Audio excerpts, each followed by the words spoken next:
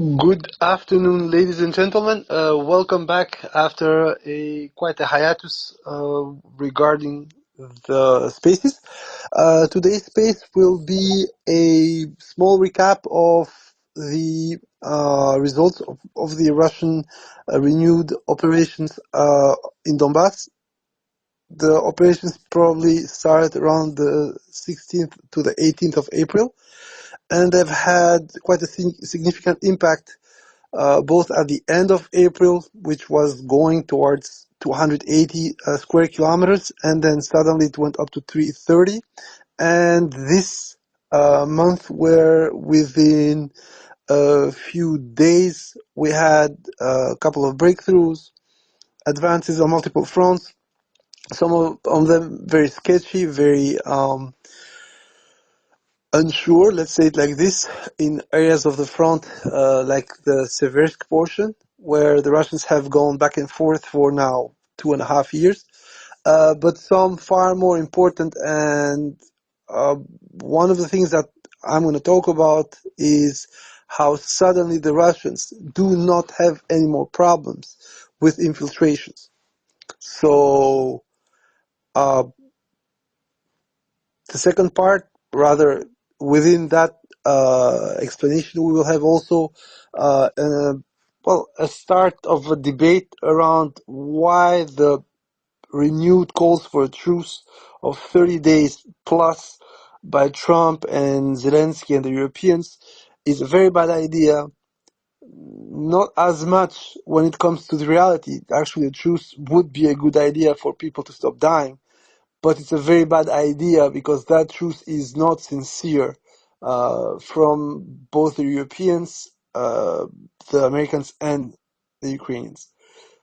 This truce is a necessity for Ukraine given the losses it piled up from the start of Kursk roughly to the end of the operations in Kursk, but around mid-April, let's say it like this, 2025.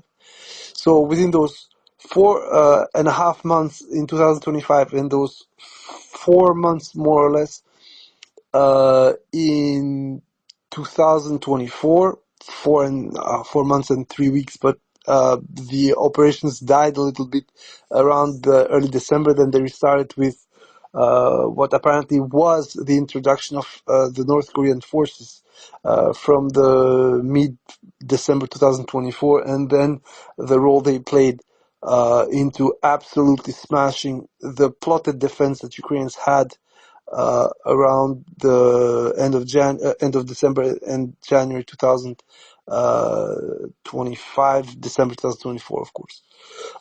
So let's start right away. Between the 16th and 18th of April, the Russians restarted offensive operations with proper goals. What I mean by that is that we spoke last time about that garbage area that the Russians were going to exploit. That garbage area, quote unquote, is not garbage, but it's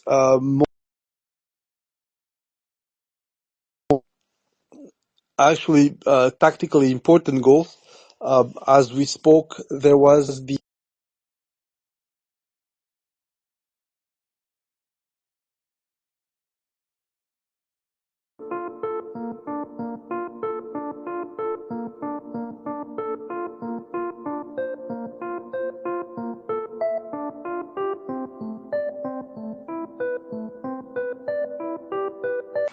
So, guys, I'm absolutely sorry for the situation. I do not know what the hell is going on with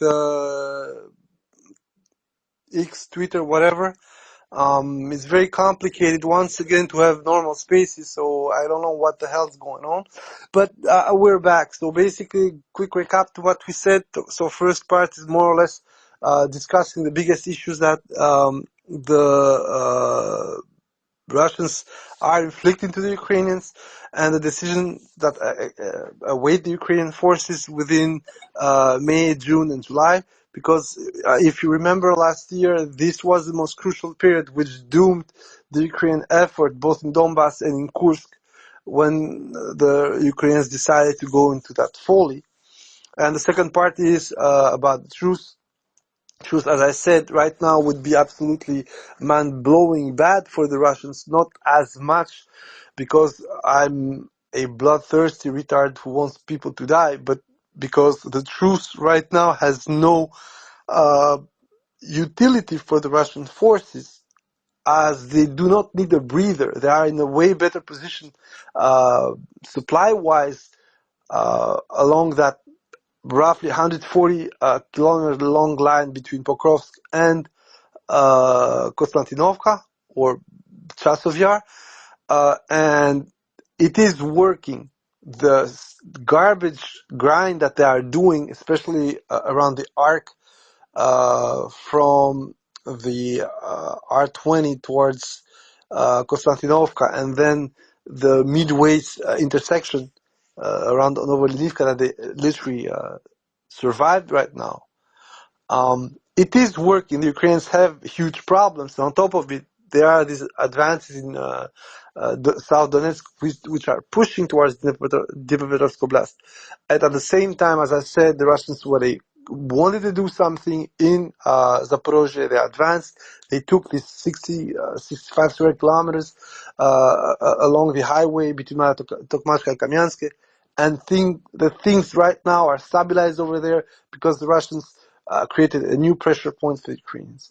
As I said, for the rest, a bit of cleaning up to do on the Dnieper Islands, some raids over there, and then most importantly, the Russians, as I said, are insisting absolutely on having the situation worsen for the Ukrainians by pushing enough in Kupiansk, then now letting it simmer, advancing around Yampolivka and the whole Terny area.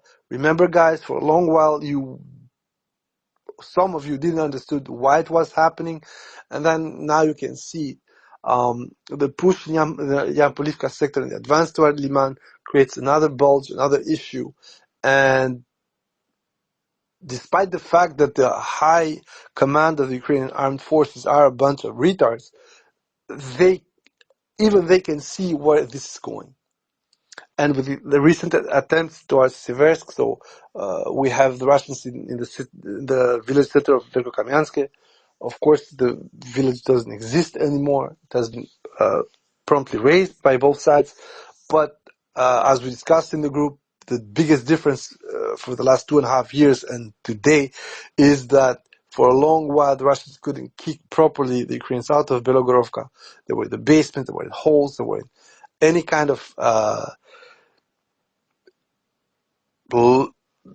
placed where they could resist or try and cut both sides, so pushing towards Grigorievka and pushing towards Velikokamyansk. Now that thing is gone.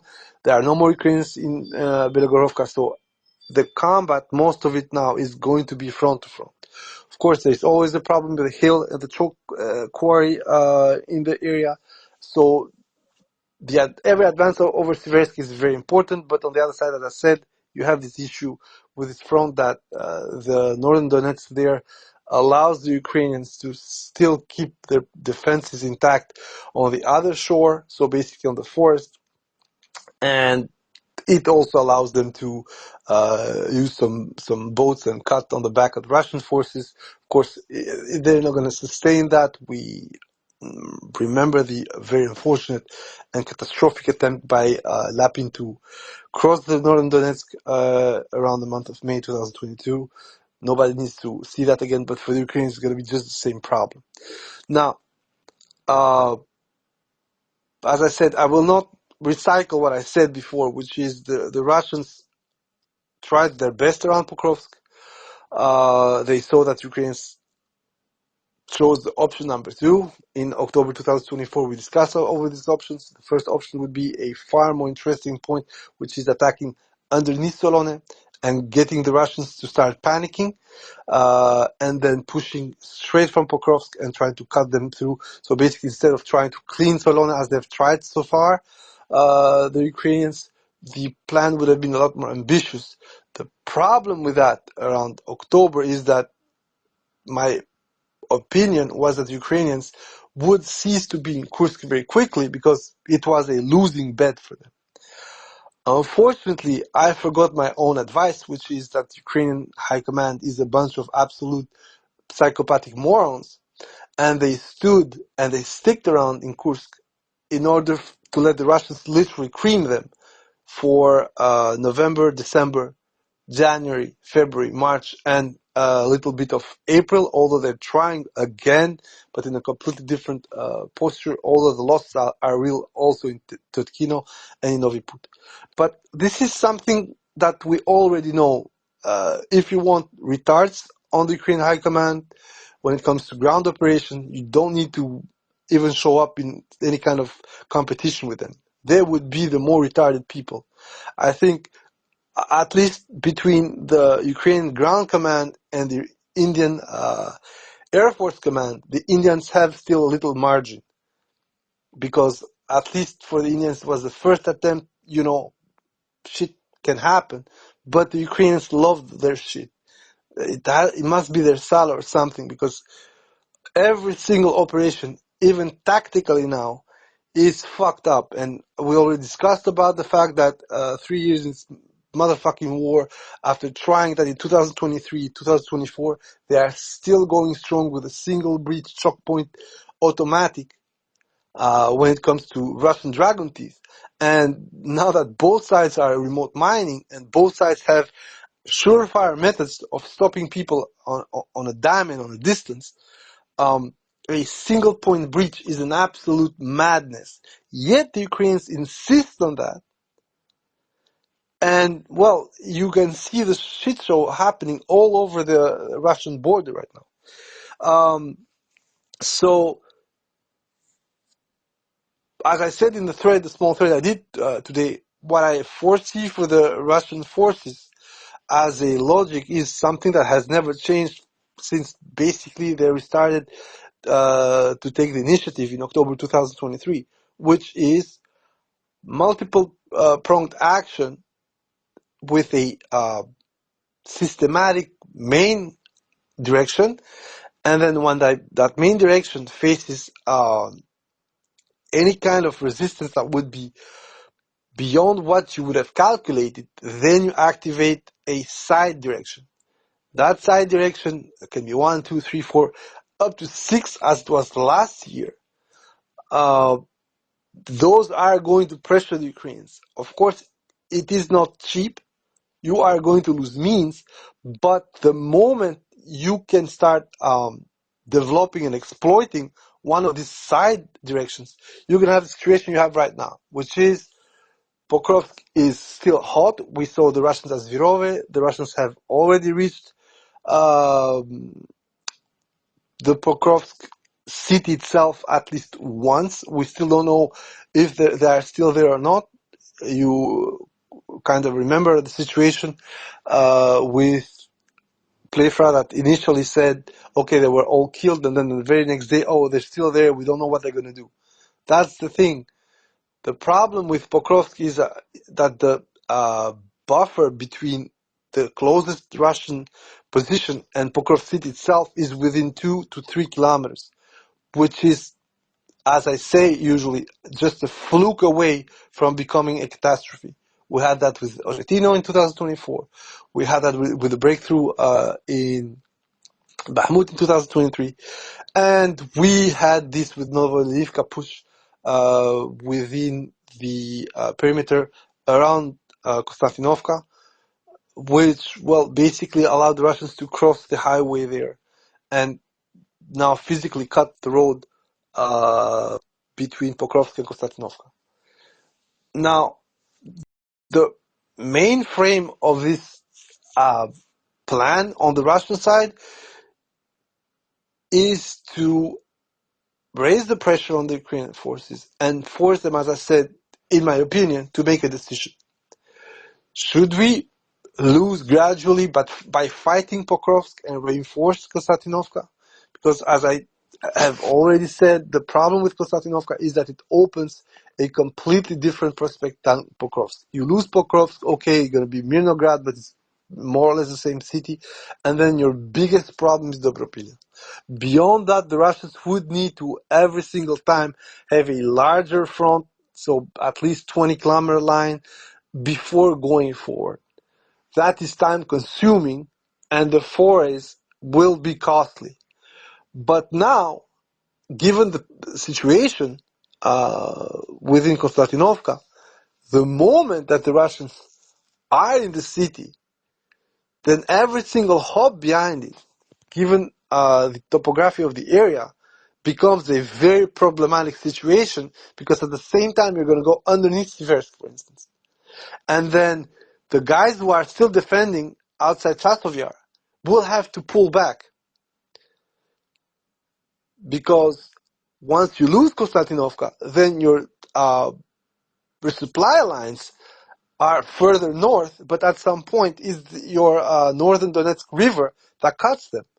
So once again, if the Russians go as far as the limits of Konstantinovka within the summer, then you have the problem I explained today, that you will have to choose between these two cities, and one, well, basically gives access to Dnipropetrovsk Oblast, but it's still empty. You know, the distances between cities or hamlets going towards Dnipropetrovsk are still in the 20s, 10s or 20 kilometers. When it goes to Konstantinovka, it's really a myriad of smaller settlements, but within 5 kilometers each and every time, you have a bigger one, bigger one, bigger one, and then you end up to Slogansk and Kramatorsk. And we've discussed this multiple times, and I know it has been a bit complicated to keep a straight face by saying this, but once you are into Slogansk and Kramatorsk, the whole idea of having a presence in Donbass is doomed for the Ukrainian military. They would de facto have lost Donbass. So Donetsk and Lugansk Oblast. The issue, though, is that at the same time, it's completely mental from the Ukrainian standpoint, given how long they've defended every single other bigger city they've lost. Bakhmut, Avdiivka, all the flurry of Storetsk is one of them as well. The only quick falls were in 2022 with Lysychansk, Severodonetsk. But beyond that, it has been always a grind going forward with a Russian offense, at times mental, and the Ukrainian defense, at times completely blind to the reality that was befalling to them. We still remember Ukrainians coping that they had lost that many people in Avdiivka, despite the New York Times saying 800 to 1,000 that were lost. And then we had the body exchanges that were starting to pick up, and we went from 99 to 200 and to 500 and to 700. Now we're to 909, which is, again, a very bad joke. But this is what I'm saying. The problem with the Ukrainians is that as they want to go forward, they always have a problem of controlling this. And the problem with that control, like be that the order or be that the type of defensive disengagement, so a fighting retreat, quote unquote, the Ukrainians haven't done that properly since basically Bakhmut. And even in Bakhmut, it was a temporary respite for the Ukrainian troops because within 2 weeks they went back to the offensive. And of course, it was part of the larger offensive ploy. But you had this. Ukrainians, this is the biggest problem. For some reason, the Ukrainian high command thinks that if they do not get the ground back immediately, the window for taking it back within a certain amount of time becomes nil. And it's completely logical because that's what has happened so far. The attempt in 2023 was messed up. It has been mostly recovered by the Russians, and the Russians have had forays elsewhere. Kursk in 2024, well, no comment. We laughed at it. Okay, the joke was a bit too long for everybody's taste, in my opinion. But the Ukrainians decided to literally lose the war in Kursk. And in a certain sense, I think the way it lasted was the realization on Zelia's part, but also the Piger Oberkommando this Heeres, that they were fucked. There was no other option. Kursk was the gambit. Now, a lot of people are going to start dooming and crying about the drones, the long-range attacks. This is something that would have happened anyway because the Ukrainians have time, have the means, and also have sanctuaries on the back. They do not have sanctuaries for the defensive and training units, but they have sanctuaries to put together 300, 400, 500,000 drones per month. And this is an unfortunate case of this proxy war that we are living. And that's the biggest trouble that we're having right now. A lot of people who are in a certain way that were really ready to believe that Trump could solve this, I think misunderstood the point. Trump, in any case, is the president of the USA, which is a co-belligerent at large, and whose nation, whose Department of Defense has plotted, executed, and backed Ukraine into this war. They admitted they were behind multiple hundred fatalities on the Russian side. So it makes no sense to see that Trump was going somehow to be, first of all, an honest broker, but second of all, that Trump was going to be bigger than the institution.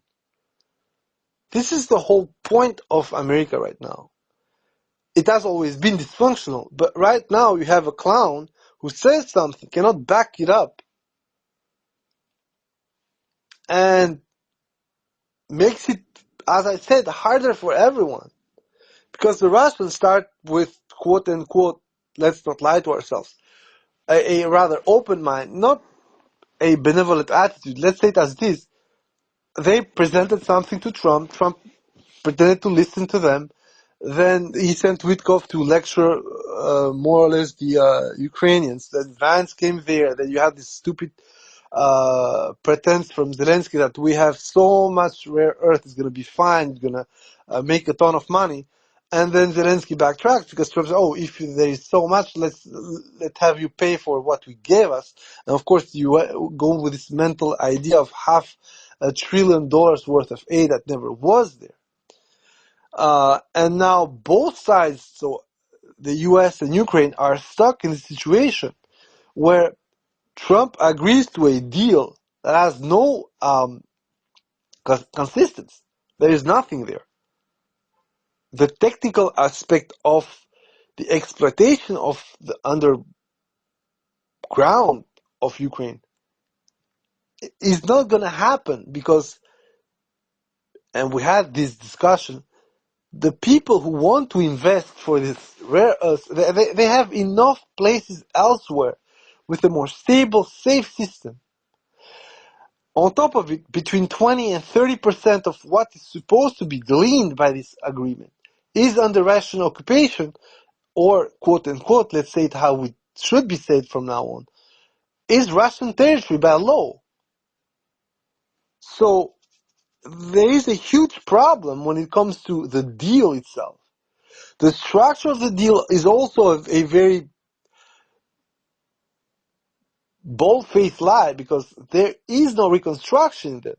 The whole point is Trump found a way to sell shit to Ukraine or have Ukraine pay for it. Of course, Ukraine does not have the means to start shelling billions for that. It's Europe who's gonna pay this,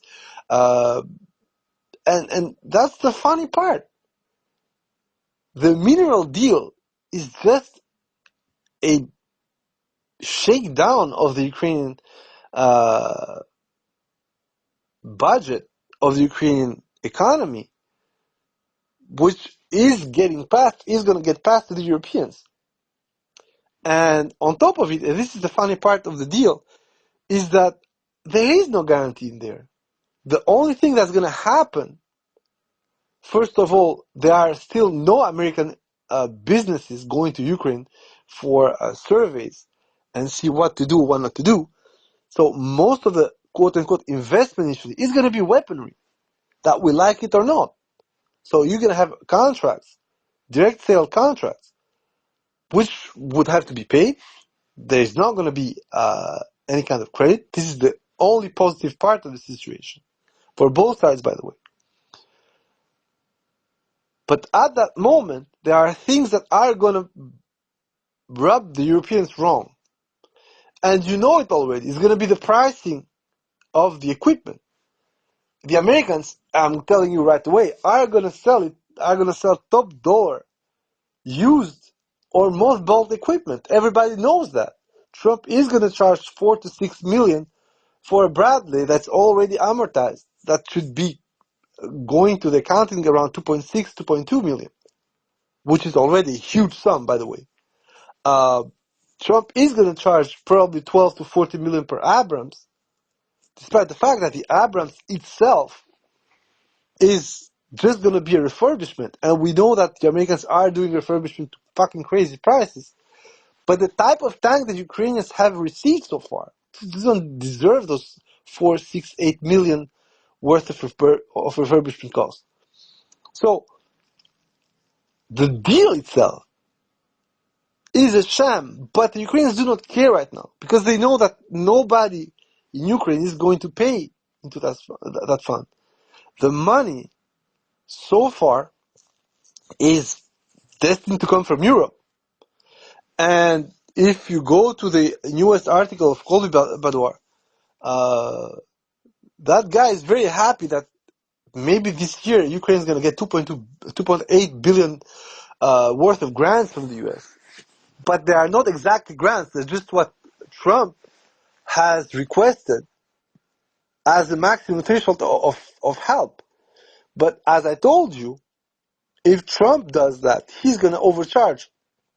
So on those 2.8 billions, that would be, I think, the remnant of the PDA that Biden was sending. So basically, it's a drawdown from existing equipment. Trump is going to charge them price of a new Bradley or a newly reshaped Bradley, a deep refurbishment for a M2A2 ODS that has been maybe 10, 12 years. And suddenly, those 2.8 billions, the real value is going to be around 1.9 or worse. So the deal as Trump has designed it and as the Ukrainians have accepted it still relies on the fact that it's Trump or America is going to decide how much it costs. If the Ukrainians are in a good situation, in the sense that Trump is not going to start doing bullshit and give orders to overcharge, then it's still not enough compared to what they've received the previous 3 years. But if now Trump plays that game of making Europeans pay full cash with a premium, then it would be worse than what Biden was doing. The amount of money that would be required from the Europeans to actually pay for a resupply from the US to Ukraine would soon simply be not enough for the EU to cover for the Ukraine's actual needs. Now there is a catch in there, and as you may have seen, Pete Hegseth had sent a internal memo where he lays out how much fat needs to be cut from the US military. And on that aspect, there are some things that are not very, very pleasant for us Ziggers. First of all, there are 2 ABCTs that are gone. for people who do not like acronyms, an ABCT is an Armored Brigade Combat Team. So basically, is a armored brigade. Technically, you have about 87 Abrams and roughly a roundup of 200 Bradleys, a bit less, but the whole unit with the ancillaries, with the some organic artillery and so forth and so on, is between 4.2 and 4.5 thousand people. Now, of course, Ukrainians do not have the means to have those kind of brigades. So we're going to have the Ukrainian Tank Brigade, which is basically one battalion of those tanks.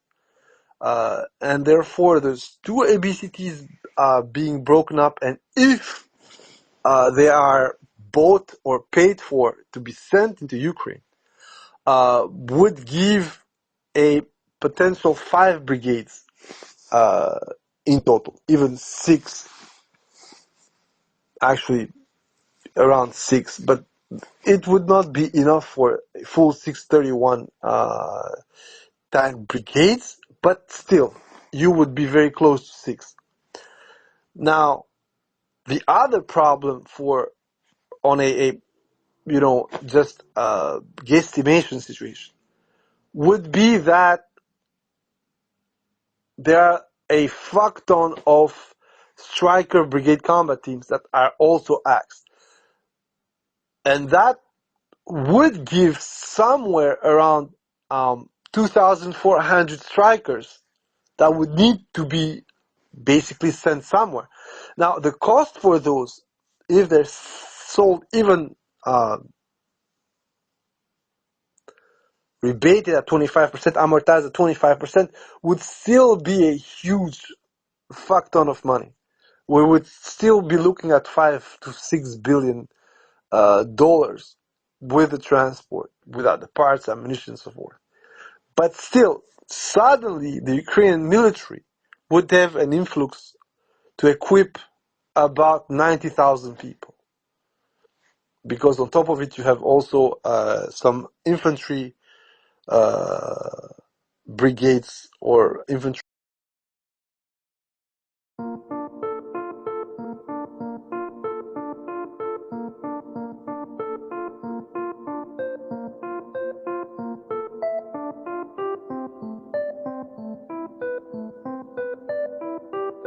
So, guys, we're back.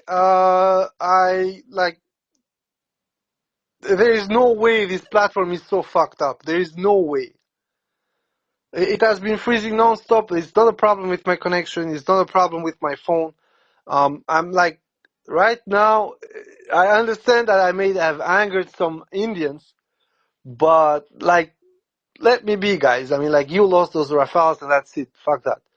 But, yeah, the problem, as I said, is that in the eventuality that the U.S. Offloads all of the cut assets based on what the Hexec memo was, you're going to see, as I said, about 90,000, enough equipment to fit about 90,000 people. With the U.S. Vision of it. With the Ukrainians, probably they're going to try and fit about 120,000 people with that stuff.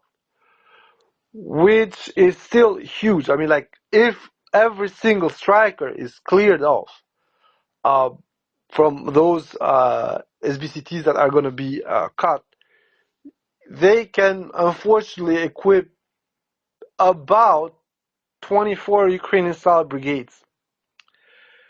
And as I told you, that's going to be their mechanized, motorized in this case, infantry. And that would mean a maneuver element of about 800,000 people. Of course, these will not be able to all fit into the strikers because, as you know, there are still the 3 component, which is driver, gunner, and a combat team leader, which would pull out. So basically, with about 100 strikers per Ukrainian-style brigade, you would have about 800 people being your core motorized infantry in this case. although it would reflect the mechanized infantry. So the problem with this, as I said, is that it's going to be a ongoing process. So you will have different tranches of delivering it, and that's where the truce comes in. In my opinion, the truce per se cannot achieve any result. And this is not something new. I'm not going to try to explain the obvious. Zhidolensky doesn't give a fuck about the situation where he is. Zelensky knows that giving up, so starting a process of recognizing Crimea, is going to be a slippery slope, which would get, well, you accepted Crimea, parts of Donbass, parts of Zaporozhye, parts of Kherson, full Zapo, full Donbass. And you know the situation when it comes to that, it's almost impossible for Ukraine to accept a full Kherson takeover. Although they would have a small slither of Mykolaiv going into the Russian bank, let's say it like this, let's call it like that. But that would also mean losing Zaporozhye and having a foothold of the Russians into that part of Zaporozhye Oblast, which is 20% of Zaporozhye city, which is beyond the Dnipro again. So there is no way that Ukrainians are going to accept this. There is no fucking way. As I said, that foothold that Russia is going to have legally threatens an action towards Nikolaev, Kryvyi Rog, and of course a push forward through Voznесensky. And then once you're in Voznесensky, then you have another problem, which is the Russians can now attack your heartland. And of course, I know what you're going to say, but we've seen the Russians evolve from that very heavily mechanized group of subunits that were in 2022 up to early 2023 into something that right now a lot of people are laughing about, but that is yielding a lot more wins, ground earned, and inflicting far more damage to the Ukrainians themselves. And I told you, just go to Oryx, start checking. Even them, I'm not telling you to check Sibir's account of losses, because that would be funnier. I'm just saying, go to Oryx, compare it with before, and you're going to see the difference. And the problem with this logic, as I told you, is that if Trump does it, he would need a preparatory timeout. Simply because the deployment time for any large unit of the Ukrainian army was already a month. Now the US, who needs to cross the fucking ocean, drop that stuff in Gdansk, so forth and so on, would need at least 2 months to pack every single thing that I have, drop them into quote-unquote silo ships, drop them into Gdansk, and then send them downrange into Ukraine. On top of it, you have a far larger logistical footprint if you start receiving, as I told you, this equipment for 90 to 120,000 people at once. Everybody's going to see that. And unless you drop them in Moldova, which would still be a problem because, you know, the Russians can launch Shahids from Crimea, it's still a huge problem logistically. So it's going to have to be a trickle-down effect that they did for the counter in 2023. And there they managed to dump more or less 1,500, 1,600 pieces of equipment, Western and non-Western. And it took them at least 4 months, despite the fact that a lot of the equipment to transfer had been selected by September 2022. So the movement of this huge group of equipment would have to also be replicated by a military levy. But we know that Ukrainians are struggling even worse than last year. Because they started in April, May to pull people left and right, and that hasn't still translated into Ukrainians being able to afford any kind of confrontation with the Russians at 1-to-1. Now, a lot of people are hinting at, oh, this looks a lot like 2022, and I'm like, I do not think so. What looked like 2022 was Kursk. In Kursk, the Ukrainians had a very nice run for over 25 kilometers, linear, but they got stopped with the same kind of forces that they used in Kharkov in 2022. The same grouping just managed to cut through, liberated Izium, Balakleya, crossed the Oskil, and then got halted to a grind. It took them 3 months to understand that that operation had run its course, and then suddenly they felt the pressure in Donbass with Bakhmut, but also the Russians pushing back very slowly, with a lot of failures. But we are in a different conversation right now. Then you had the scare in May 2024 with this attempted raid to pull as much troops as possible. Although initially it could have been something else, but very quickly, given the type of troops and the amount of troops that were used for Kharkov, you could understand that it was a very cynical rogue pull, let's call it like that. But the Ukrainians at this point do not have the manpower for it. So a lot of doomers are going to say, oh, but it's not a problem. They're just going to use NATO personnel, volunteers, shit like that. I'm like, I'm ready to bet quite a sum of money that you're not going to find 90,000 people in NATO ready to go and get fucked without the protection of either Uncle Sam or their own army. Otherwise, those guys, you would have them as volunteers right away. But one of the things that you're seeing right now is the volunteer level on quote-unquote volunteer on the Ukrainian army is down. Donations are down. The private influx of funds, money, is getting lower and drier. A lot of people going there are idiots. We had a case with a Finnish young dude who went there and within 3 weeks was, I want to go back. Unfortunately, he got vaporized before he could go back. Or fortunately, I don't know. It's up to you to decide, guys. So, if it's a NATO operation, you will see it because there would be other signs. But right now, there is none of this.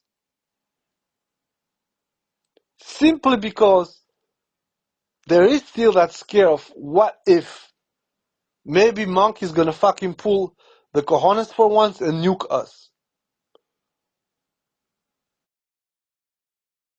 And those operations are gonna go very quickly. The moment you're gonna start taking losses, and you will have to announce them to the families in France, Germany, Poland, you are blowing your cover. So your make-believe would mean that a lot of countries, France, Germany, Poland, I don't care because they're Slavic people, so they are just the same as Ukraine and the Russians. They're gonna fucking lie their way out. But the Germans and the French going to their respective parliaments say, oh yeah, actually we are involved in the war. You got automatic next day elections. It's not even a scandal. It's like governments fall, there's perjury, all this bullshit. And then maybe they decide to actually have a war. That's something else. But with the condition that we have right now, that's not going to happen. Now, if you find enough Baltic Chihuahuas to go and die, that's something else. But they do not have enough men for that. Poles that would still require half of the army. And everybody else, yeah, you're going to do that with 500, 600 people left and right.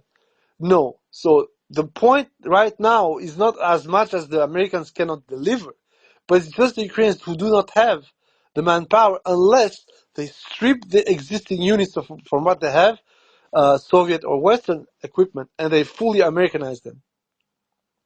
But once again, you need to have a sanctuary to have these guys trained. Starting to have battalion level training or regiment level training or even brigade, even Ukrainian style brigade training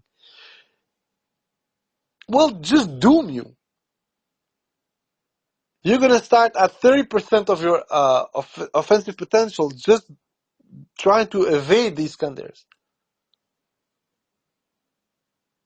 And that's it. There is no other level than this.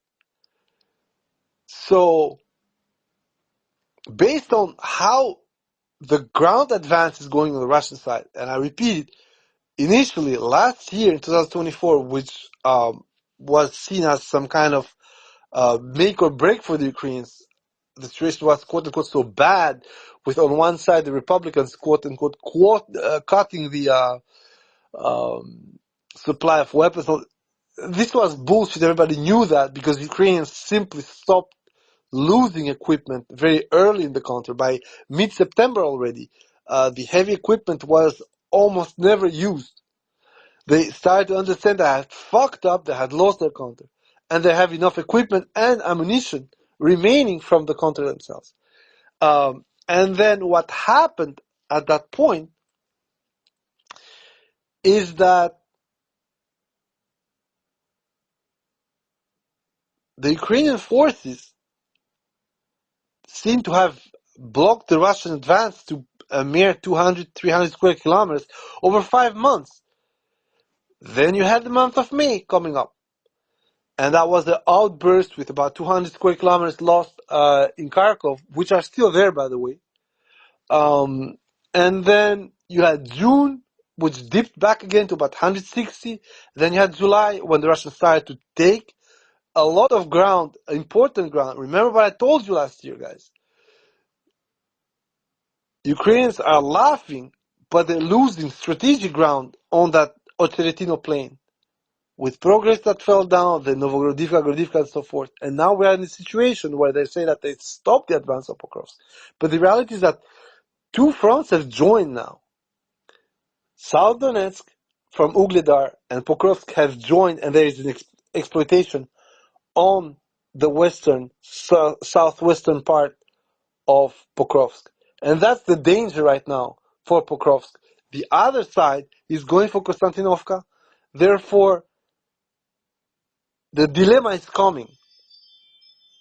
Now, another aspect of this truce that is absolutely irrelevant is that there is no accountability for the Ukrainian side. Let us remember that Ukrainians proposed this bullshit truce, and the very same day this was proposed, they sent drones to attack an oil terminal.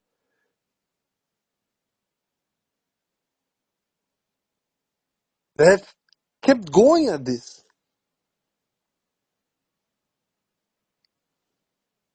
There is no trust. There will be no trust. Even today, they attacked Belgorod. Okay, it wasn't that bad, but they did it to show that they can still do it. The problem with Ukraine, as I said, is they have never been held accountable because they're supposed to be the victim. So whatever they do, it's fine. You're the aggressor, you're Russia, so you should stop. Doesn't work like that. Now it's a fucking ball game. Now it's a fucking match. Nobody's gonna stop because of some bullshit nomenclature. The Russians have a real war on their hands, but the Ukrainians now have a bear on their hands. So there is no logic for any one of them to stop. Especially, as I said, that the Russians have all the incentives in the world to pressure the Ukrainians as much as they want on the longer term. And it doesn't matter how Ukrainians like this. Nobody's asking them. This situation was between Russia and the US. Trump pretended he could get this peace thing working. In case you guys remember, I said I do not believe that Trump is going to do anything. He's just a maverick. He's going to make a lot of shitty moves. He's going to be unpredictable. But at the end, it's going to be between Russia and Russia. Ukraine has said it already. They will not negotiate with the Russians unless certain preconditions. And I know that people say, "Oh, no preconditions now." They have. Of course, that's bullshit.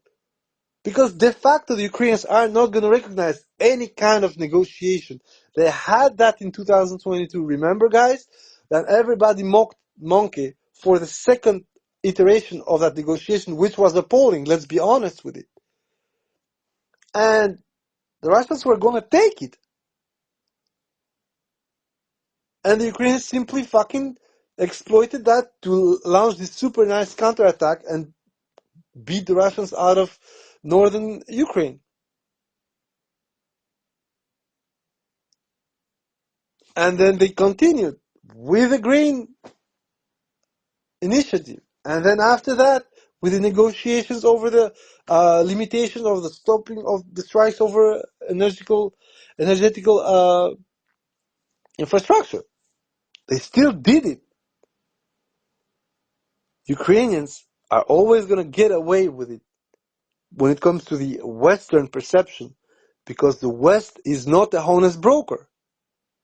And therefore, there is only one solution for the Russians, which is make Ukraine pay in any kind of way.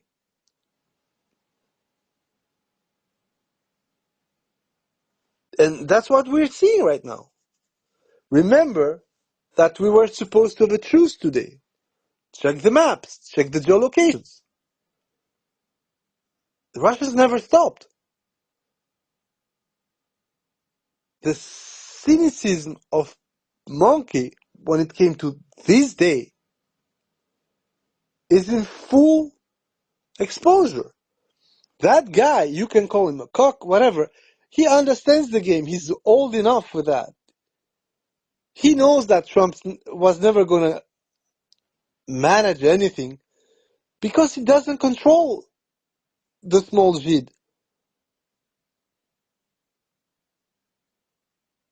Ukrainians would have needed a leash after 2023 when they lost their fucking country. That never happened.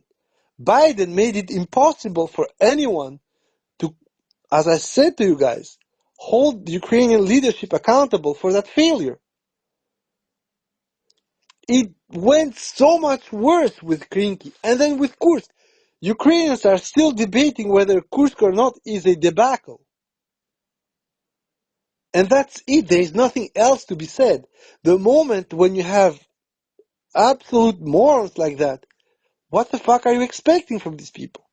The only thing this guy is going to do to you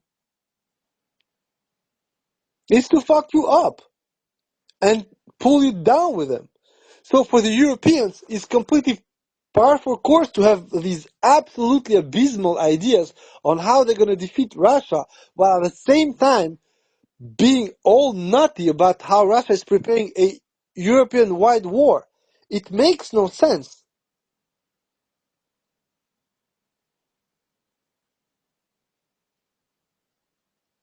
Everything is laid down for a continuation of this war well within 2026. There is this Russian visit in China, the official visit in China in September. I think by September we will know where this war is going. Either for some reason the Russians commit any kind of mistake and they fumble the approach from both Konstantinovka and Pokrovsk, or the grind game they're playing is going to give us the same kind of breakthrough we had last year. But this time, that breakthrough is going towards, as I told you guys, two major urban settlements. One of 130,000 and another 110,000. that dilemma, never mind how stupid you are as a Ukrainian high command officer, you know it's coming. And in order to stop that, the only thing you've done is prepare defenses behind Pokrovsk, which is an absolute abysmal choice in any case. But it still makes sense if you, as I told you, if their B plan or one of the options is, you know what, let's give up Pokrovsk fighting, reinforce Konstantinovka, and make sure that nobody comes up north from Svyatogorsk. Although the Russians are very far from there, they would need to completely overrun the Ukrainians after the Oskil River. But that's not the real problem. The real problem is, as I said, the moment you start shaking into your defensive foundations, and the Russians do not give you this truce, then your options will be to choose between those two cities. Now, God forbid, the Russians manage to have another breakthrough, this time a parallel swing Donetsk-Dnipropetrovsk. So they go for another 20, 30 kilometers and start to threaten Mizhova, west of Pokrovsk, without taking Pokrovsk itself. That's the funny part. That means that the wall from Ugledar moves even more westwards. Therefore, any kind of counter you're going to have is going to be forced to be sustained on this axis of approach. So basically, even those counters will be dictated by the Russian efforts, not by your plan.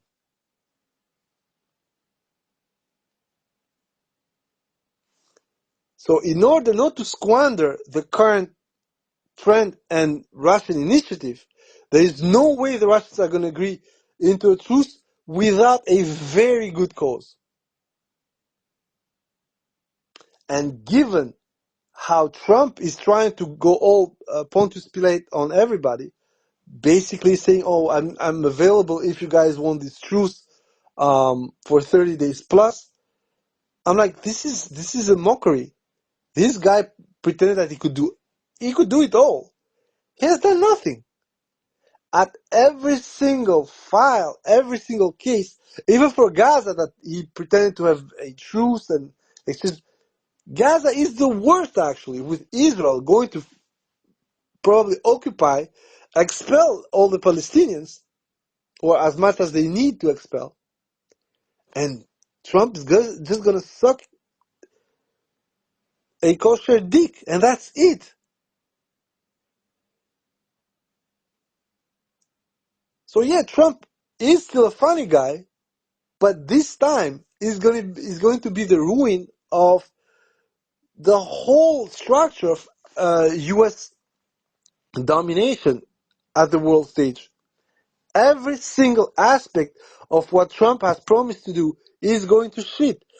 His tariff and trade war is slowly boiling to a inventory war. Because a lot of people who were dealing with China for their unipersonal business, stuff like that, all the drop shipping, all that, it's gone. That part is gone. It's over. If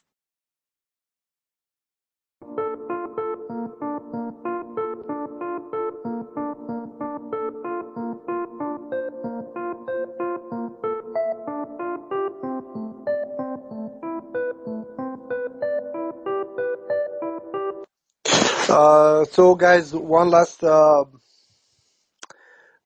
word. I mean, we are into this is madness. It's the fourth time it cuts. I actually had a cut before I started when I tried to make a small attempt. But yeah, we obviously for some reason Elon Musk is basically completely fucking up the space. Yeah, well, I cannot add more than this complaint. But to wrap it up, so basically, right now the Russians are going towards their programmed work, but mostly for 2024, with this approach to Konstantinovka and putting the Ukrainians into this strategic dilemma. Uh, do not expect any quick breakthrough. Probably you'll have to wait for the end of summer to see how it ends up for both of the cities. And the second part is that the truce will not yield anything serious unless serious things are uh, more than promised, are guaranteed. But it makes no sense. I do not believe that there are going to be any kind of guarantee for the Russians. Yeah, okay, fuck this shit.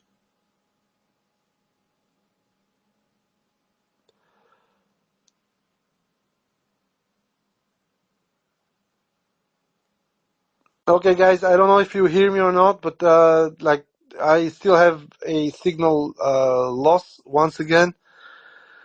So definitely, some Indian got absolutely butthurt over the situation with the Rafale, and then yeah, we're having again a.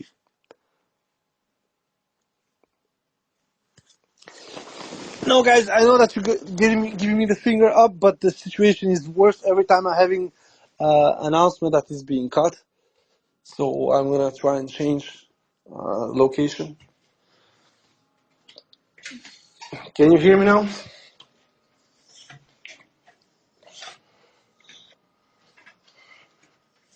Guys, can you hear me?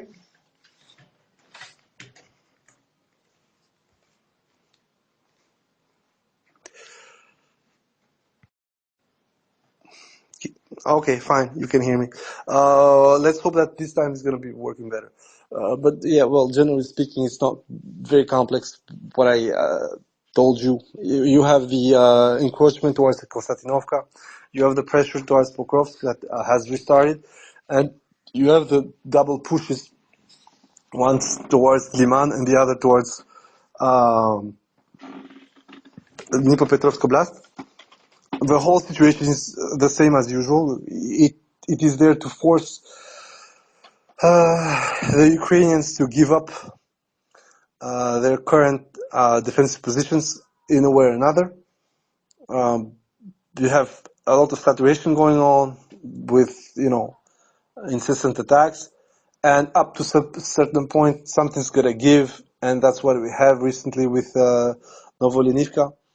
Hopefully, they can advance deeper there and go beyond Romanivka.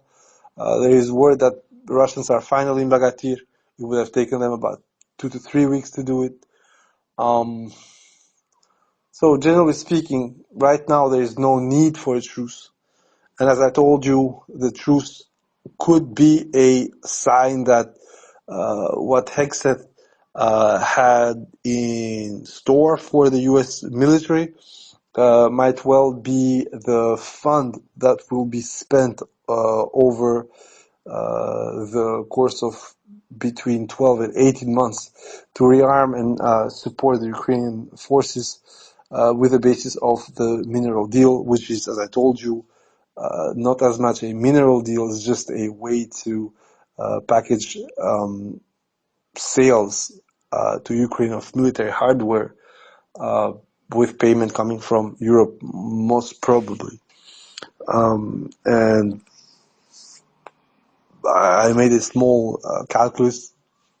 The equipment that the Americans are going to shed, the heavy assets of it would be somewhere between 20 and 25 billion, with the ancillary equipment plus supplies and so forth and so on. We will be floating between 40 and 50 billion. And 40 and 50 billion, if you guys remember, is the whole financing plan that Europe and the G7 had then devised for Ukraine, of which a part would be coming from the proceedings of the frozen assets that are in Europe. And of course, with the new structure, so basically a pay up front, deliver the equipment, there is no way that Europe is going to pull that from Russian frozen assets as proceedings. There's always a possibility that they would try and confiscate and then liquidate those assets. But then, as I said, there is a very big chance for Euroclear to absolutely get fucked. And the problem with Euroclear getting fucked is not only the Russian funds, is that it has a couple of trillions worth of clearing from all over the world. And if Euroclear goes down, they lose their arbitration over that case. As I said, usually the arbitration is going to award at least twice the amount, sometimes thrice. Especially in this case where Euroclear cannot discuss a case of force majeure because legally it's impossible to basically confiscate and liquidate sovereign assets. It would take a very, very, very weird decision, politically motivated, of course, but at the same time, it would spell doom for Euroclear as it stands because people are just going to pull their money out, not because they are afraid of anything, but simply because the lawsuit coming after it, given how the Belgian law has a principle of protection for investment, on basis of which Alpha Group won their 1 billion euros suit. Euroclear is going to suffer a lot from this, and by extension, the only government who will be forced to float them in any case, which will be the Belgian government. But anyway, that's far away. It's just a possibility when it comes to financing the Ukrainian purchase of any kind of American surplus. And on top of it, as I told you, it would require time. And that time will start probably with a ceasefire of 1 month, so the Americans and Ukrainians can start a inventory of the needs that they have based on what Hegseth has been deemed fat to cut. And therefore, the whole logic of a truce operationally makes no sense. Tactically makes no sense for the Russians right now. This is no September, October 2022. It's May 2025. And the Russians, while having issues, have less than the Ukrainians when it comes to where the war is going. Now, one big problem, though, when it comes to this situation is that we still do not see where this is going. Okay, Russia's going to go to Dnipropetrovsk, then how far? Okay, the Russians going to take Pokrovsk, then what? Last year I made a attempt to see where they would go, but they're going on both ways. They're going to get Pokrovsk, they're going to get to Dobropilya, then they're going to go and cross towards Kharkov. Meanwhile, they are pushing towards Dnipropetrovsk. Okay, it's south-south, but they can always go south-north and start to attack Mezhova. So once again, the biggest threat for the Russian leadership right now is, that fallacy of the hot hand.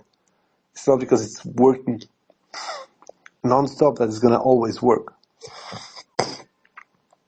So in my opinion, the Russians at some point will have themselves to make a decision. Taking Donetsk Oblast and Lugansk Oblast should be, in my opinion, the first and foremost goal, as they have decided to basically annex those two oblasts plus Zaporozhye plus Kherson. The problem with that is that the rest of the Donetsk Oblast, once Pokrovsk has fallen, is going to be a lot more complicated to take because, as you know, there is the Oskil part of the equation, but on top of it, you need to make that infamous crossing that they failed in 2022. So the opportunism of Monkey in this case would push it to go straight to Dnipropetrovsk Oblast. I understand that. We have already discussed this, that it works perfect as a divestment from the initial objective, which was take the whole of Donbass. Now you have the same practice that the Ukrainians tried with Kursk, a chip to change at some point, and you get a chunk of the Dnipropetrovsk Oblast, and then suddenly you have another discourse, which is you get the fuck out of whatever you occupy in Donetsk and Zaporozhye and Luhansk. Although Luhansk is less than 0.5% now of the territory. And I'm giving you back Dnipropetrovsk. That thing, of course, as I said, would be some kind of shortcut, and in a certain sense is extremely risky, because now let's be honest, even if things go the worst possible for Ukrainians, at maximum you're gonna get from there somewhere between 3,000 and 4,000 square kilometers. Unless it's so bad, but if it's that bad, then you do not even need to care about how much you're gonna take, because you're gonna see a Ukrainian armed forces rout. But I do not believe into that, not since November 2022. What is going to happen, as I say, is that localized breakthroughs, opening up a larger, wider front, and then, as usual, a couple of months of complete chaos on the Ukrainian side, and then they would have to choose a direction that would stop the Russian pushes, stall them for 3, 4, 5 months, and then a decision would have to come from the Russians. Where do we continue, if we continue? And once you are in the Dnipropetrovsk Oblast, and I told you it could be 200 square kilometers, could be 20,000 square kilometers. That wouldn't matter, because legally, let's be honest with that, Putin hasn't declared anything over Dnipropetrovsk. So at best, it would be a chip to change later.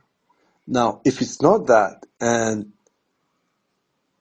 Monkey tries to review the deal and the proposal he did as a punishment, and everybody has discussed this, we've said, the more Ukrainians are going to create issues for the Russians, the more the cost for the war to end is going to go up. That also means that you can forget about the truce. If Russia is exploiting a gap in Dnipropetrovsk Oblast, of course they're not going to start doing a truce. On top of the fact that every time that the Russians have had the upper hand and a clear shot at making Ukraine small again, Ukrainians have rushed to give up, quote unquote, and sign ceasefire papers. Minsk 1 was exactly that. They were getting absolutely fucked up. And let's be honest, the Russians should have taken Mariupol in 2014. It didn't happen, and it caused great grief, in my opinion, and a first, stoppage to the proceeding of the Russian forces in southern Donetsk. But it is what it is. We're not going to complain about that. We're not going to pretend that things are one or the other. The reality is that things were bad due to multiple issues. But now, if the Russians, as I said, will have to press the advantage, I see no sign that Monkey is going to stop anyone from doing. I mean, he promised a truce, and we have the Russians in Bagatir. We have the Russians in Zvirov. Okay, started the 9th bullshit. You guys know very well the cynical situation here. But generally speaking, now, as I said, the biggest nightmare for Ukraine is Russia hiking the price for peace. Because the only way to make Russia stop would be a U.S. intervention, not militarily, but,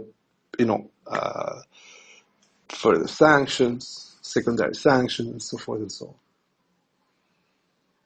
We know that on a certain aspect, given how the Americans made this mistake of grabbing the bear and the dragon at the same time with different means, of course. On one side, the bear was encroached by helping the Ukrainians and then establishing sanctions, all that bullshit. And on the other side, the dragon was encroached by imposing tariffs, which hurt the Americans. The sanctions on Russia and the supply of equipment was mostly harmless.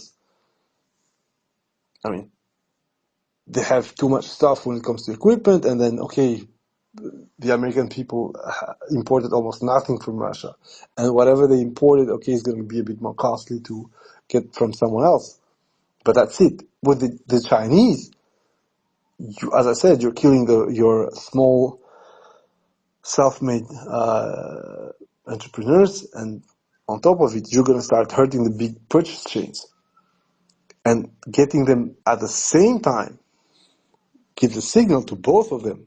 And that's why we had Xi, and that's why Power of Siberia 2 is back on the menu, although it was agreed to go through Kazakhstan 2024. But right now, with the pressure and the Chinese stopping their LNG purchases from the US, well, you see where this is going. The moment that the Chinese start purchasing twice the amount of pipe gas from Russia, first of all, is going to replace at least at 80% what the Russians were selling to Europe. But on top of it, is going to make it impossible for the Chinese to apply or to comply with secondary sanctions. The only thing that Trump is doing right now is making sure that the Russians have a off-ramp and also a way to offset any kind of, backblast from the sanctions. And the funny part with this is that everybody knew it. This is one of the things that was proposed before the war by the Biden administration, and that most of the experts said this is nonsense. Trying to get Russia and China together, maybe it's not going to be the all and all for the Chinese, but the offset between both sides is that militarily and security-wise, one gains a nuclear plastron on its west and cheap gas and oil or whatever, and also a lot of arable land to cultivate in order to have the food that the Chinese still need. And on the other side, if push comes to shove, this has been the main threat of the Chinese all over this war, is if we actually try to help the Russians, you will see it. And as I said, the demonstration that we had with that Rafale shot down by PL-15E is an anecdote, and it's literally the lowest sign of what the Chinese can do. But still, that's your problem. Because even if the Russians do not go to the Chinese for their export or domestic goods, the level of industrial capability of the Chinese would mean that if the Chinese were to produce equipment up to Russian standard, the kind of rearmament the Russians are going to undergo, of course, towards payment, but who the fuck cares? The Russians can offset a lot of it. Ukraine is fucked. And once again, we're gonna go to the discussion that, oh yeah, the Russian shit is crap. Yeah, sure. Try it with Chinese components.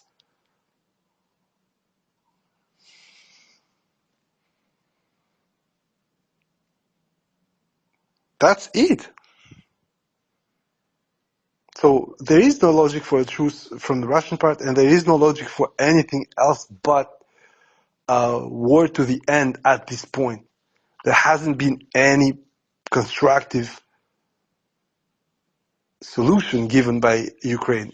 The Ukrainians still go and barricade themselves behind the international law where, oh, this is my territory, you cannot take it. Doesn't work like that. It just doesn't.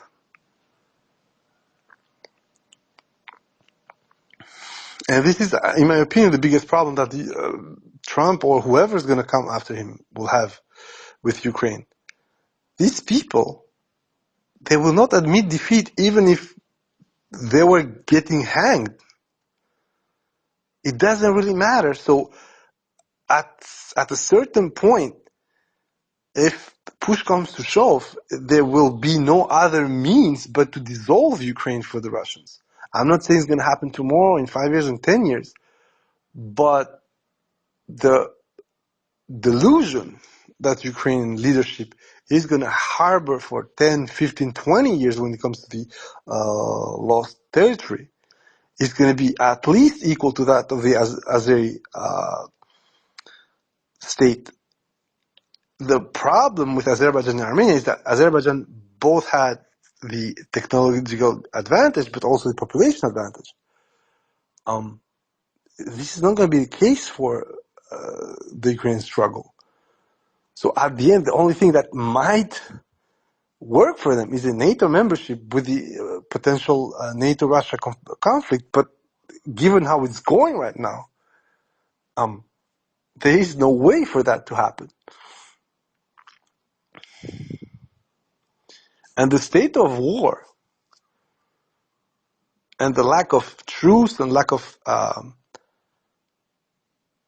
confidence between the parties is that one party is still staying on a losing bet, something that would have worked in 2022 for sure. I'm the first to admit that Ukraine had the chance of a lifetime, the 29th of March 2022, to win this war.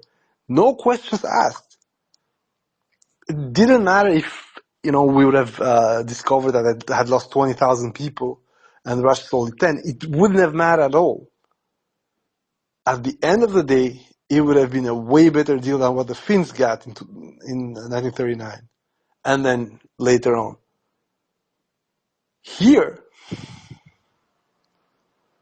the Ukrainians walked out of the best deal ever. That would get, of course, because the best deal would be no war at all and the Russians fuck off. But that wasn't going to happen. But in this case, there is nothing for Ukraine to actually try and goad the Russians with, simply because they have buried themselves into this we will not recognize anything, that the only way for the Russians to make it sure is a fait accompli, which means whole of Donbass goes.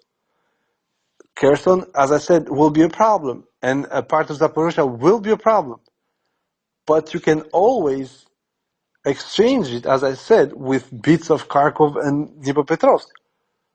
Or simply you don't exchange it and you just grab those bits of Kharkov and Dnipropetrovsk. And suddenly, as I said, instead of losing 24% of your country and still having a coast and multiple large cities like Kharkov, Dnipro, Kryvyi Rog, you are going to start losing those due to simply the course of the war, the continuation of it. If the Ukrainians keep losing what they're losing, and what they lost in 2024 especially, by 2026, there would have to be a Western intervention, any kind of it, just to bring the Russians to the table to talk.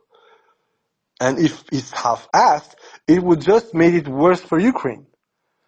So this is one of the biggest issues that Ukrainians have right now.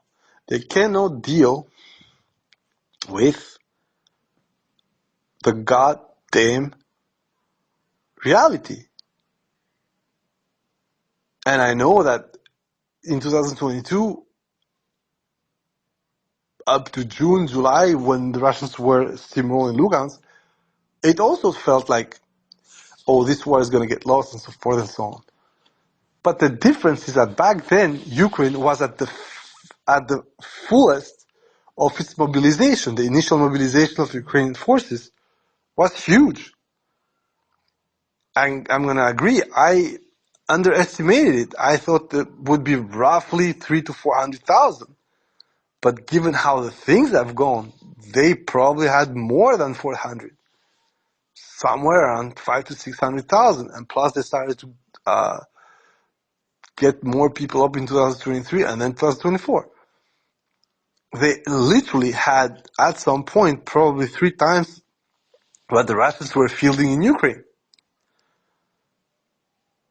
And that was it.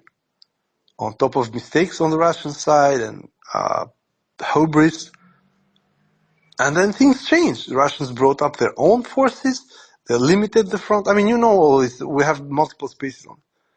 But the problem right now for the Ukrainians is that there is no more a pool of people that would come voluntarily to actually defend the country. You are now, the TCC is playing Salomon Go. Gotta fry them all. And that's it. That's it. So sorry guys, it was a extremely wishy-washy space. It's not on me. I swear to God, the network where I am is perfect. It's just Twitter being Twitter. I more than probably will have a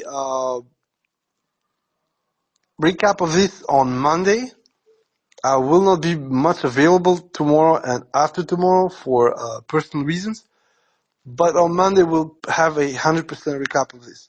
So I'm really sorry for the situation. I'm there is nothing else I can say about fuck Elon. But yeah, I hope you enjoyed somewhat. Very sorry for the way it happened. And well, enjoy the weekend. Have a nice day. Bye bye.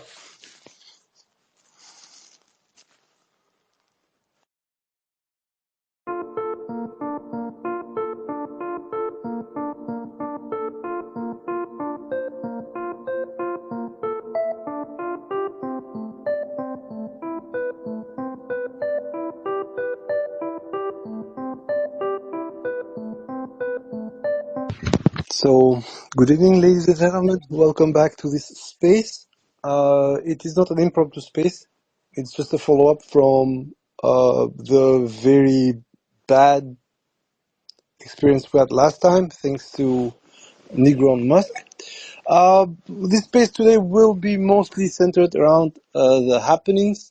We had already discussed this before, that the continuous pressure along the line would cause, at some point, some forays within the defensive lines that go right now from roughly Bagatir to northern Chassagar.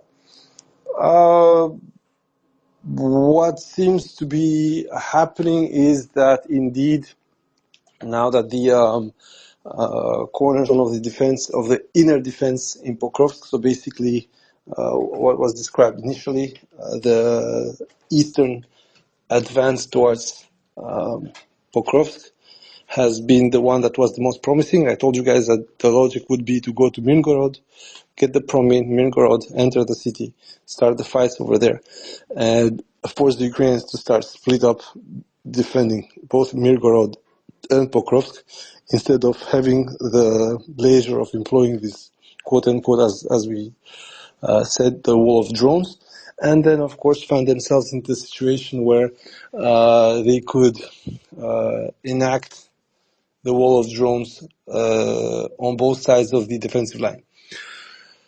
So far, so good. So for people who actually are checking a little bit the map, you can see that there are 3 main pushes on the Russian side, and on the other side, so on the Ukrainian side, there is none. So you had two attempted for it so far. The worst one was in Pokrovsk, and then there was the 100th Mechanized Brigade attempt in Toretsk.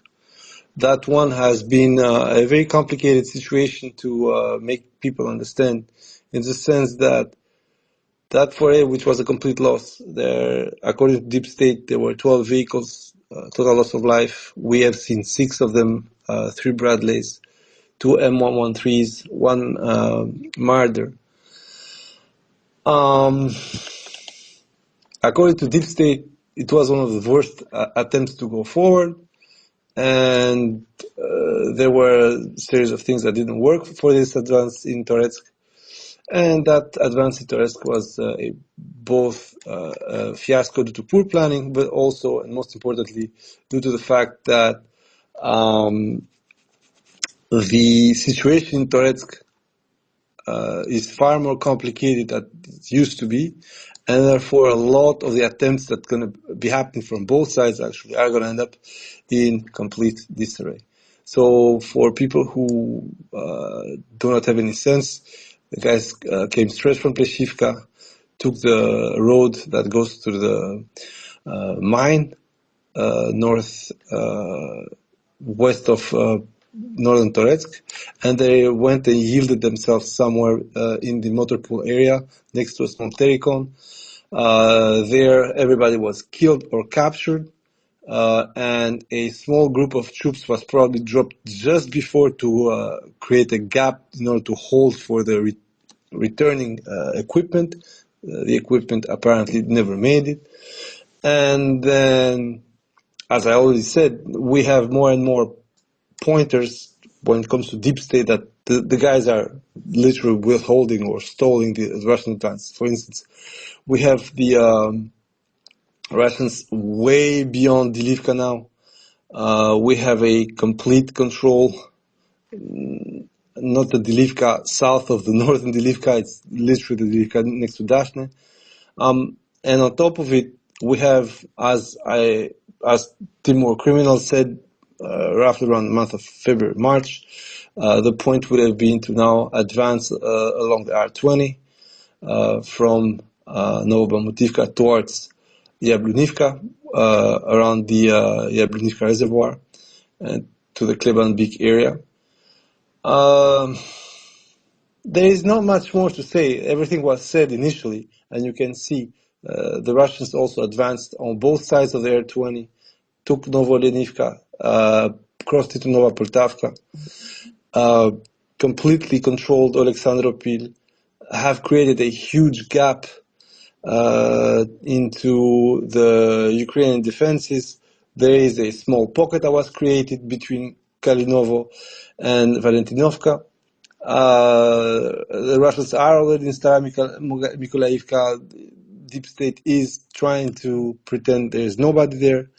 And then you have a small system of trenches that is protecting the approaches from Stara Mikolaivka, but that technically should be falling soon, given that the gap between Alexandropol and Romanivka is of roughly 8 kilometers.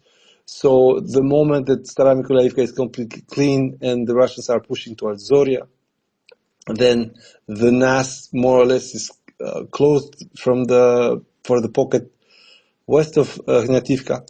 And then once they have leveled the front to Romanivka, then the fun, in my opinion, is going to start for the Ukrainians, because once the Russians are into Romanivka, and then it's pretty simple, towards Yablunivka, artillery-wise, it's only 6 kilometers, so basically they can literally hit them from Sukabalka or Kalinovo, doesn't really matter.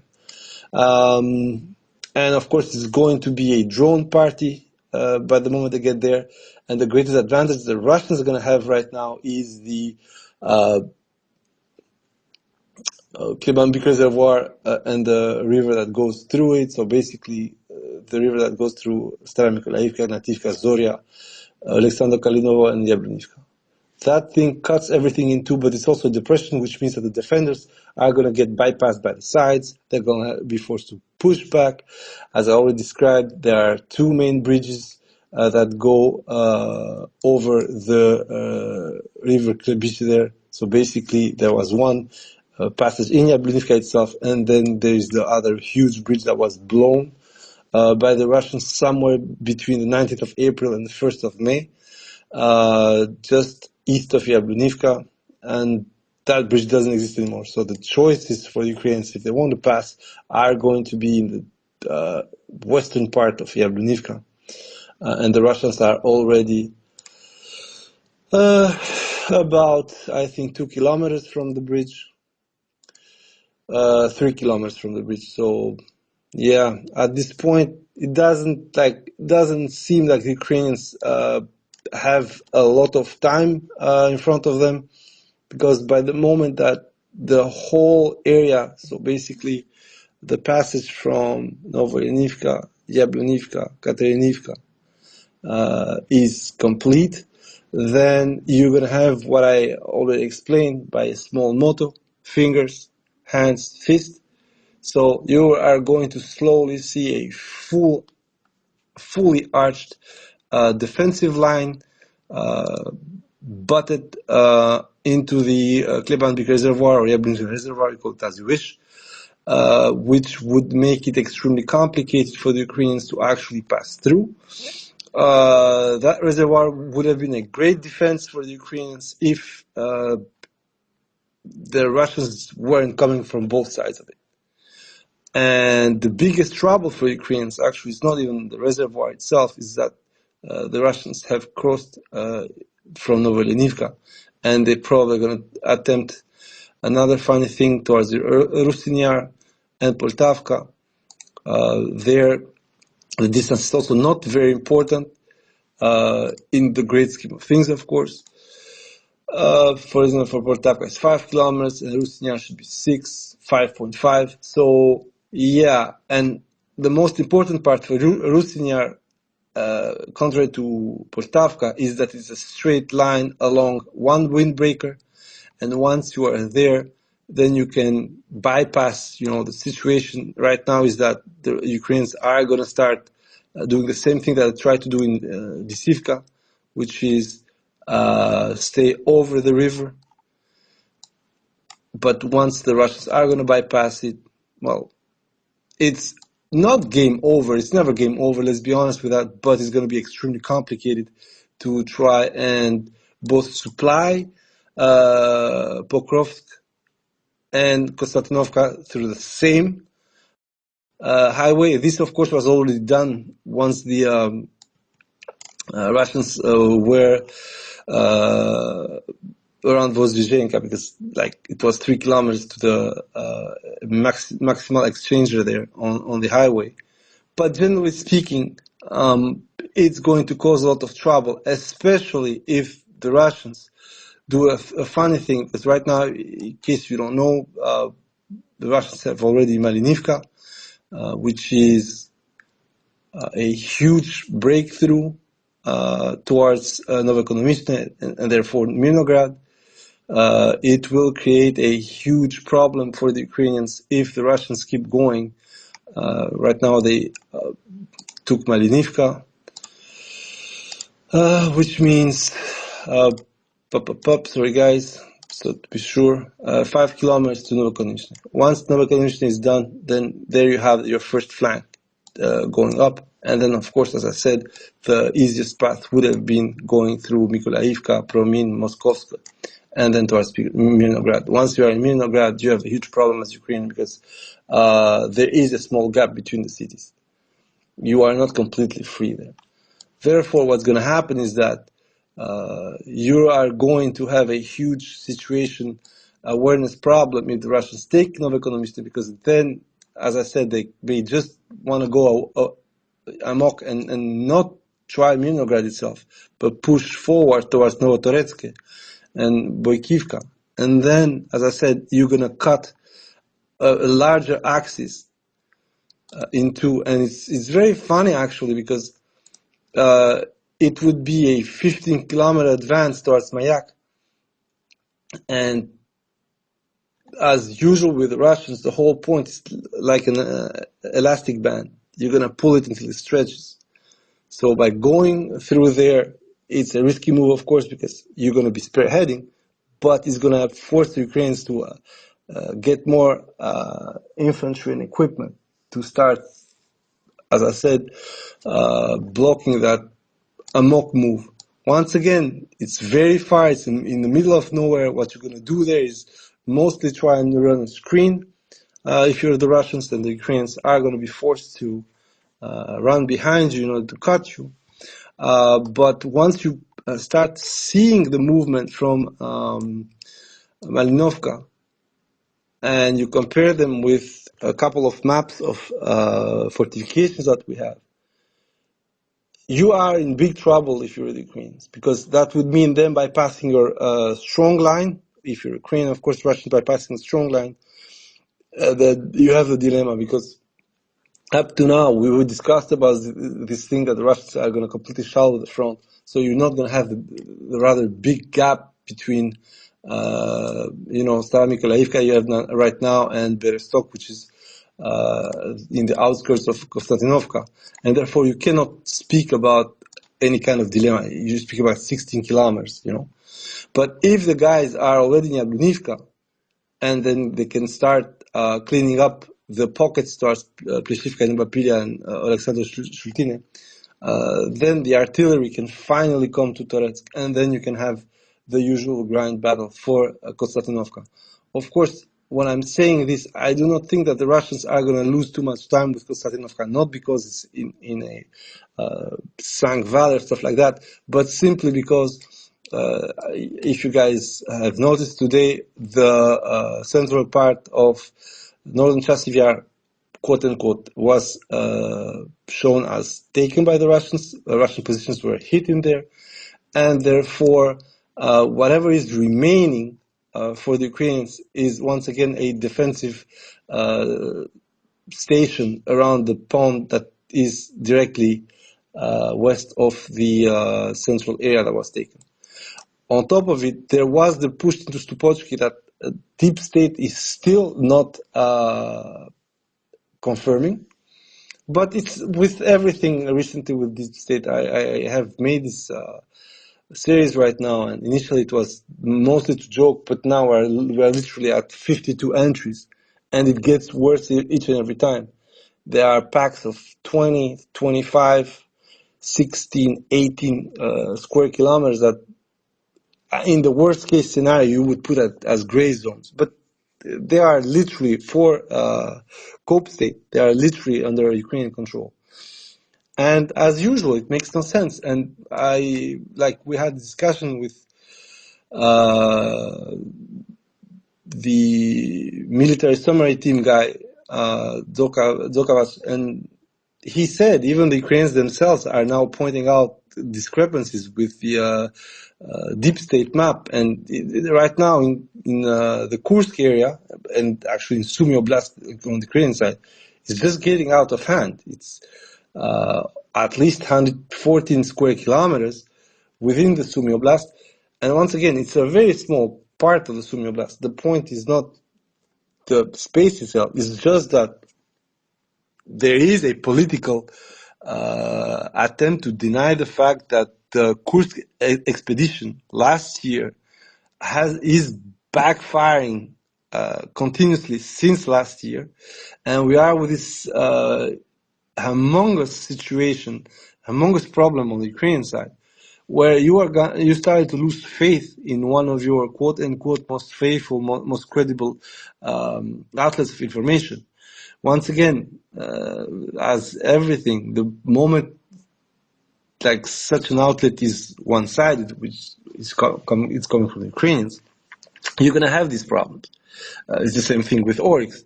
Oryx pretends stuff, but then you start picking up apart and finding that Oryx is not entirely truthful for the Ukrainian losses. But once again, that's not that much of a problem because Oryx were using it as a trend. With Cope State, the problem is that the trend is negative. Cope State itself is negative because there are gray zoning stuff that's taken, They are not conceding areas that unfortunately are already taken. They're gone for the moment. Maybe the Ukrainians are going to make a counter. They tried that around Liboke, although it happened in the month of March. But since then, that's the funny part. Since then, nothing much happened there.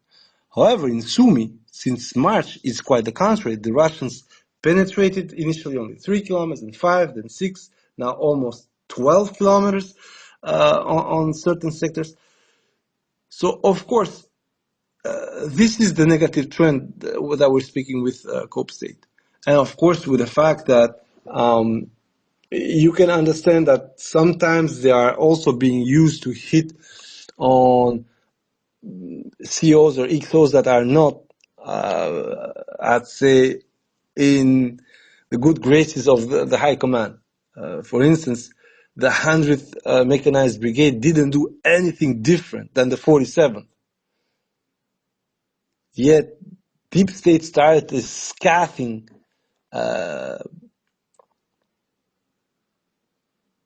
report over that. Ukrainians haven't done anything different for now 3 months, which is small forays that get beaten, destroyed, and then what? They did the same in Kolmakov, they did the same in Veselo, they did the same in Kurs towards Bolshoi-Soldatskoye. It's exactly the same pattern. So starting to single out a smallish attack in Toretsk, of course, makes no sense unless you want to politicize the case. And I think that on that side, the deep state is playing politics right now, of course, due to the fact that the SBU tried to actually mobilize them unless they changed their tune, which they did, actually. That's one of the things at least we can expect with Cope State. They are not immune to pressure. And this leaves us with the fact that there is a strategic ambiguity that the Russians, I know I'm using that term, that the Russians are deploying when it comes to the situation in Donetsk. Because suddenly they are in Dnipropetrovsk Oblast. We have footage of guys getting FPV'd, I think, well within Dnipropetrovsk Oblast. And now we also have a bloom. And most importantly, of course, as I said, Cope State can play with a gray area, and this is a bit of a disgrace, but it doesn't really fucking matter. It's Cope State. Cope State is gonna always do the Cope State shit. However, what is complicated for the Ukrainians to now understand is that the gray areas all over the front are roughly about 400 square kilometers, of which at least half are not gray areas. At least half are Russian occupation or liberation, call it as you wish. And once again, I'm saying at least 400, but if you start checking Cope State properly, it's more like 500. And it's like, it's okay, you don't need to bother with them anymore. Like, the whole concept of gray zone was a very logical feature of their maps, because it's logical. You rarely have the both sides being straight one to another and like literally being at shouting distance. Sometimes it happens, but most of the time you have this separation. However, as I said, the gray zone initially that was supposed to be separation, some kind of no man's land, then became something different. Then became a way to cope for Russian advances, and there is no more patent element that Belogorovka or Spornoe or Orikivo-Vasilievka, or more recently all the area between Andriivka and the Kudbinovka Reservoir area. And then, of course, more recently, we had Toretsk with a lot of gray. We have big gray bunches. For instance, there is a whole cauldron between Kalinova and Valentinovka, as I said. And it's literally, it's a huge one. It's very funny that Cope State is maintaining this illusion because it's an absolute nonsense. It's 20 square kilometers between the two. But it's gray zone, so you cannot pretend that that was taken. And of course, once you just go beyond it and check the changes in the occupation map, it gives what it gives. Like for Cope State, the occupation this year, and it's sad actually. It's honestly, it's very sad. It's sad because it makes no sense. It makes absolutely no sense. If you want to be honest. So for like 4.5 months almost, the Russians have taken about 900 square kilometers. But as I said, once you add some other stuff, you are more likely to be around 1,400, 1,500 square kilometers without, of course, adding Kursk. And this is a theme within now the Ukrainian information space that has, in my opinion, has started to shake. Like we had Ukrainian sources berating deep state for these gray zone bullshit nonsense. But on top of it, most importantly,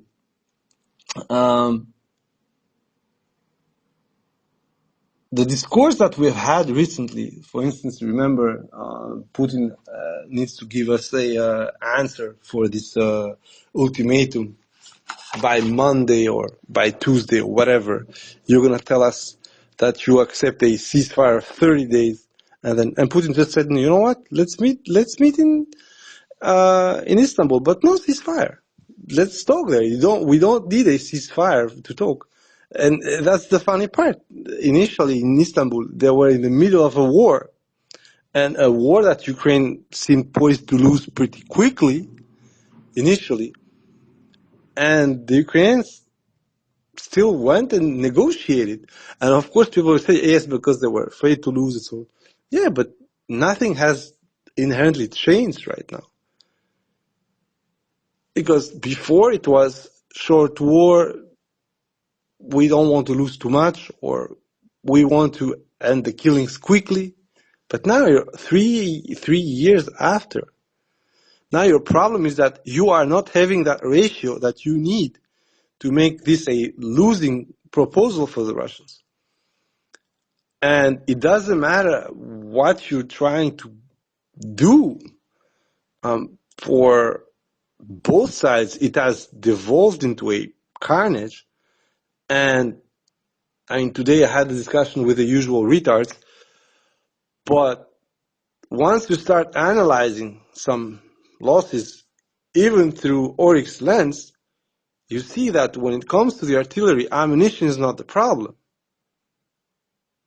The problem for the Ukrainian side is that their losses, in barrels at least, have gone up exponentially once they compare to the losses of the Russian side.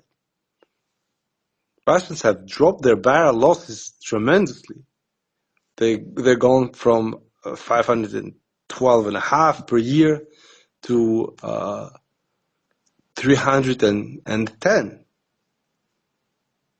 It's a 40% drop, guys. Like, this is huge. I know that's not funny, but it's huge. On the other side, the Ukrainians have actually gone very close to the Russian losses. They went from 2,030 something per year the first and second years, and now through the second year they are at 260.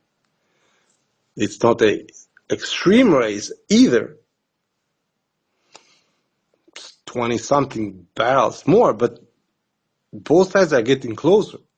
And what does it mean? It means that Ukrainian artillery, first of all, is not as efficient as before, because they're not managing to stop the Russians. Especially in 2024, the Russians had a small outburst control-wise, and then they put the Ukrainians in extreme danger, because let's say that Pokrovsk is lost within the year, and then what? But then we entered 2025, and there the ratio completely went off. And of course, a huge part of that was Kursk. The Ukrainians made a blunder in Kursk. There is no need to deny it. Like, it happened. I don't care what the Ukrainians are going to start saying right now. That thing happened. As simple as that. There is no discussion. There is no pretense. No. The Ukrainians did what they did. They failed in Kursk. They failed thoroughly. And now they're having the return tide. And the return tide is not as bad as the loss of 500 square kilometers within the month of March. But still, the Russians are not going away. And hilariously, instead of sticking with their guns, so basically, okay, the Russians now have decided to come through, while you just fight them within Sumy, but not too deep. No, the Ukrainians are going to do the same stupid shit over and over and over again, and they're going to go for Demidovka, Popovka, then they're going to go for Tetkino again. And it doesn't matter how much they lose. The whole situation on the Ukrainian side, we've spoken about this, is just do something. Is it stupid? Are you losing everybody? It's okay. You did something. You're showing that you're attacking the Russian Federation. You are attacking their territory. You're occupying their territory. And at the end, okay, you don't stay. You don't occupy it for more than a week or so. Doesn't matter. You did something. You know, the war is alive. We have to believe into the Gesu. And this situation initially made sense because there was this feeling that the Russians started to get annoyed and humiliated by this stuff. But somehow between October 2024 and January 2025, Russians just stopped giving a fuck.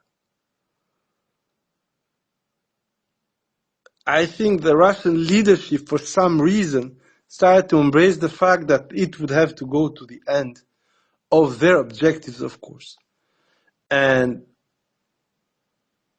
that meant a lot of things going extremely wrong for the Ukrainians. October 24 to January 2025, you had a wipeout in terms of progression.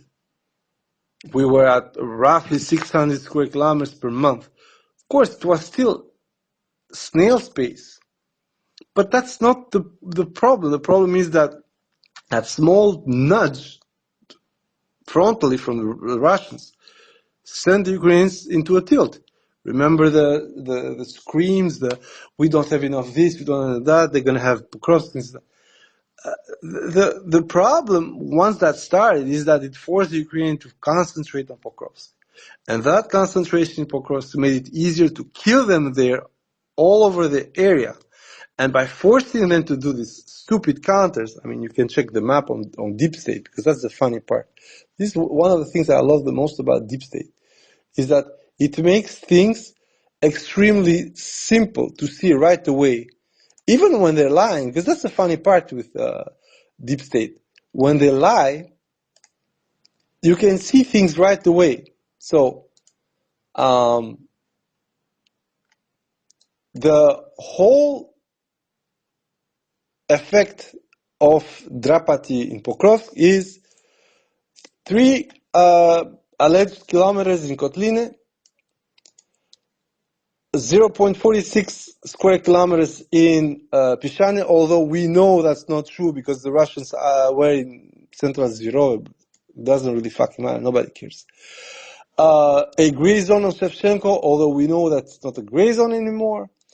Half a square kilometers in Dachenske, and about 1 square kilometer in Lisovka. So let's do the math. 3.6, 0.5, so 4.1, 0.5, 4.6, and 1,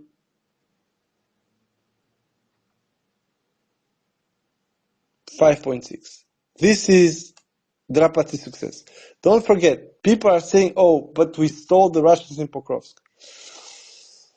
Yes, the issue though is that since they are stalling the Russians Pokrovsk, now the Russians are literally doing the whole Ugledar wall stuff. And they are in areas right now, either already in Dnipropetrovsk Oblast or at the fucking border within 1 or 2 kilometers of it. And the moment that wall is enacted, as I told you, you have a huge problem of finding space to attack again in Zaporozhye in order for the Russians to have their Crimean land bridge cut. And it's extremely funny, not gonna lie, because right now the front line length in Zapo up to the wall, which currently is just around Malinovka and Poltavka in Zapo, you are at 97, 78 kilometers. There you have the so-called Ugledar wall starting to climb up. What is the Ugledar wall, or rather South Donetsk wall now? Is a angle in the line of defense which puts you in a semi-encirclement. So basically, the biggest situational issue that we have right now is that the Russians are reaching the Voskresenka, Shevchenko, Novosilka, although they've taken it. I have the geolocations today. So basically, the Russians are in Zelene Pole, they're going to take Novopil, and the wall will be complete somewhere around Teminivka. So this means that the whole eastern flank of Hulia is going to be extremely complicated to be used as a penetration point down south. Once again, the biggest success for the Ukrainians, if they want to try it again, will be happening through Orikov. So basically, once again, it will have to go through Robotine or Nesterianka or Kopani. You already know what happened last time they tried. It will not change. The biggest issue now is not as much the planes, helicopters. No, the biggest problem that Ukrainians have is that they opened the Pandora box of the FPVs. And now the Russians innovated a little bit with the optifiber FPVs. And those little fuckers, even if you have a detector like Magyar pretends to have, which is bullshit, it's not a detector. It's a portative radar. But that's for another thing. Those little things, it doesn't matter if you can see them in a way or another. They're gonna come and get you because the feed of the camera is not jammed, is not interrupted, and cannot be jacked unless you physically can plug into the FPV. So what you need to hack now is if there is a open space between the connected drone and the transmission somewhere to the operator. But once again, it's only going to be the feed. The controls themselves are, unfortunately for the Ukrainians, but also for the Russians, because the Ukrainians use optifiber FPVs as well, on the hands of the control. So you will have to find a way to know where the control of the operator is. And this, right now, has been extremely complicated, despite the fact that the Ukrainians at some point said that they will follow the optical fibers, they will find people. That happened once. And it happened once because the guys had not relocated for a while, and you could see the lines of optical fiber going through. You had at least 15 or 20. And unfortunately, that optic fiber is extremely reflective to the light. So once the sun starts hitting those multiple layers that are close enough, then you have a huge band, and that's a problem. So people are going to say, then what? Non-reflective? Yeah, maybe not. But what I'm saying is, generally speaking, within the new threat ecosystem in Ukraine, Orikhiv would be a bloodbath even worse than it was last time. On top of it, the problem with Orikhiv is that the city itself, and we said that about Zaporozhye generally speaking, the city itself is rather isolated. It's one of the few large centers, one of them being Tokmachka, and then the other being Hulia-Polye. But in Hulia-Polye, there is a huge threat for the city that is coming from the advance towards Novopil up northeast. Because, as I said, that's going to bring the wall closer and closer. And the closer the wall goes, and this is the funny part with the wall right now, is that if the Russians are fast enough and get within those 15 kilometers towards Uspenivka, then the whole supply road straight to Hulia-Polye would be in danger from Uspenivka, because it's a road.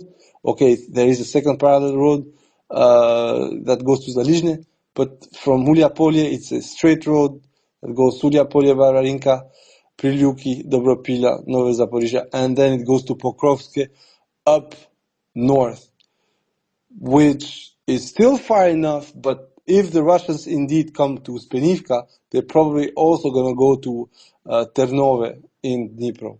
And once they're there, there will be a sufficient defensive line for the Russians to allow their Su-34s to just start drop on Pokrovske from the Velika Novosilka axis. That would allow the Russians to have a good 25-30 kilometers standoff distance from the front line, and therefore another 30 kilometers standoff distance from the air defenses around Pokrovsk and Alexandrivka.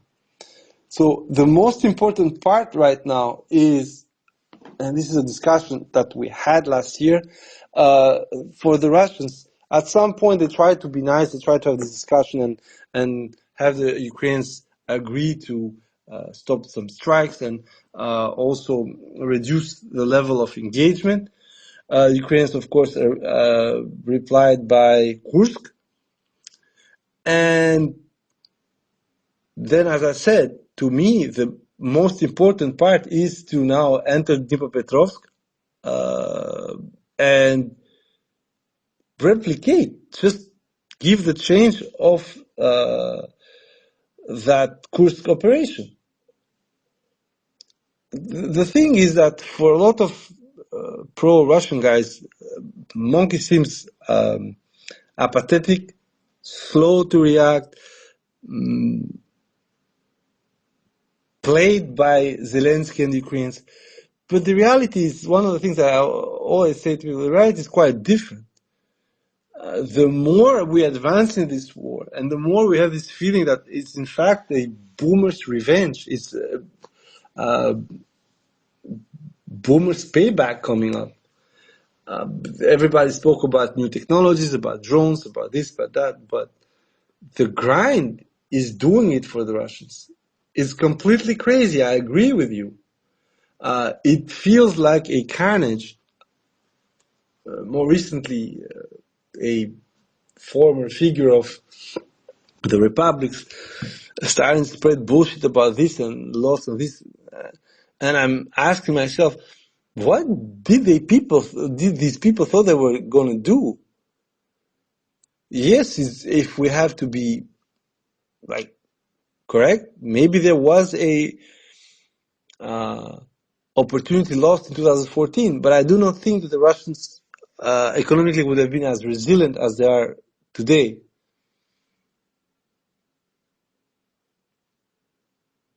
So the whole discussion about this and that over 2014 and 15 is pointless. 2014 and 15, if the Russians would have gone for far more than what they got, could have led to simply they're winning the war, quote unquote, but then losing the peace and getting absolutely smashed for the next 5 to 10 years. And then what? And then at some point, the whole reinforcement of the Ukrainian military would have been fully justified. I mean, imagine the Russians holding the whole of Donetsk Oblast right away, entering in Kharkov and stuff like that. The whole point when it came to 2014 and 15 is to military weaken the Ukrainians to the point they wouldn't want war anymore. And it was done a bit of a penny-pinch way.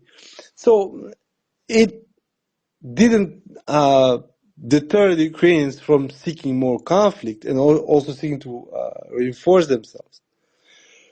But in 2022 and up to now 2025, what we're seeing on the Ukrainian side is that despite all the bravado, all the bullshit, they are there. They're getting to the point where they need that breather. They maybe don't need the peace, they don't need to give up the territories and stuff like that. They don't want that. But they need a breather right now. And the whole push over the 30 days, I already explained that last time. What the Ukrainians and Europeans want is to stop the fighting, enter with their troops, occupy positions, and actually made it a fait accompli that NATO will be in Ukraine. And then after that, it doesn't really matter what happens, even if, the Russians get to the Dnipro area, they get the eastern part of the country. The symbolism of the NATO troops, of course not under NATO mandate, but still NATO troops in Ukraine, would be a profound symbolic defeat for the Russians, even though those guys get kicked out by a couple of strikes and the fact that Trump is not going to go there and help them. But that's what the Russians do not want to risk. Although I think that at some point, there will be some crazy moves by one or another leaders. One of the things that is appearing is that the Poles do not want any of that. And in my opinion, the Poles were, for me, the only guys who would have gone full on, but they're saying no. And this gives me hope to find that actually the French, the Germans maybe, and of course the Chihuahuas and the Brits are going to be alone. And instead of 10,000, it might be 5. And 5, of course, still the symbolism is there, still the tripwire force is there, but it would backfire massively because you're 5,000 and you cannot do anything, let alone eating Iskanders and X-101 in the face. Once again, the problem here, the truce, literally is a breather. For what?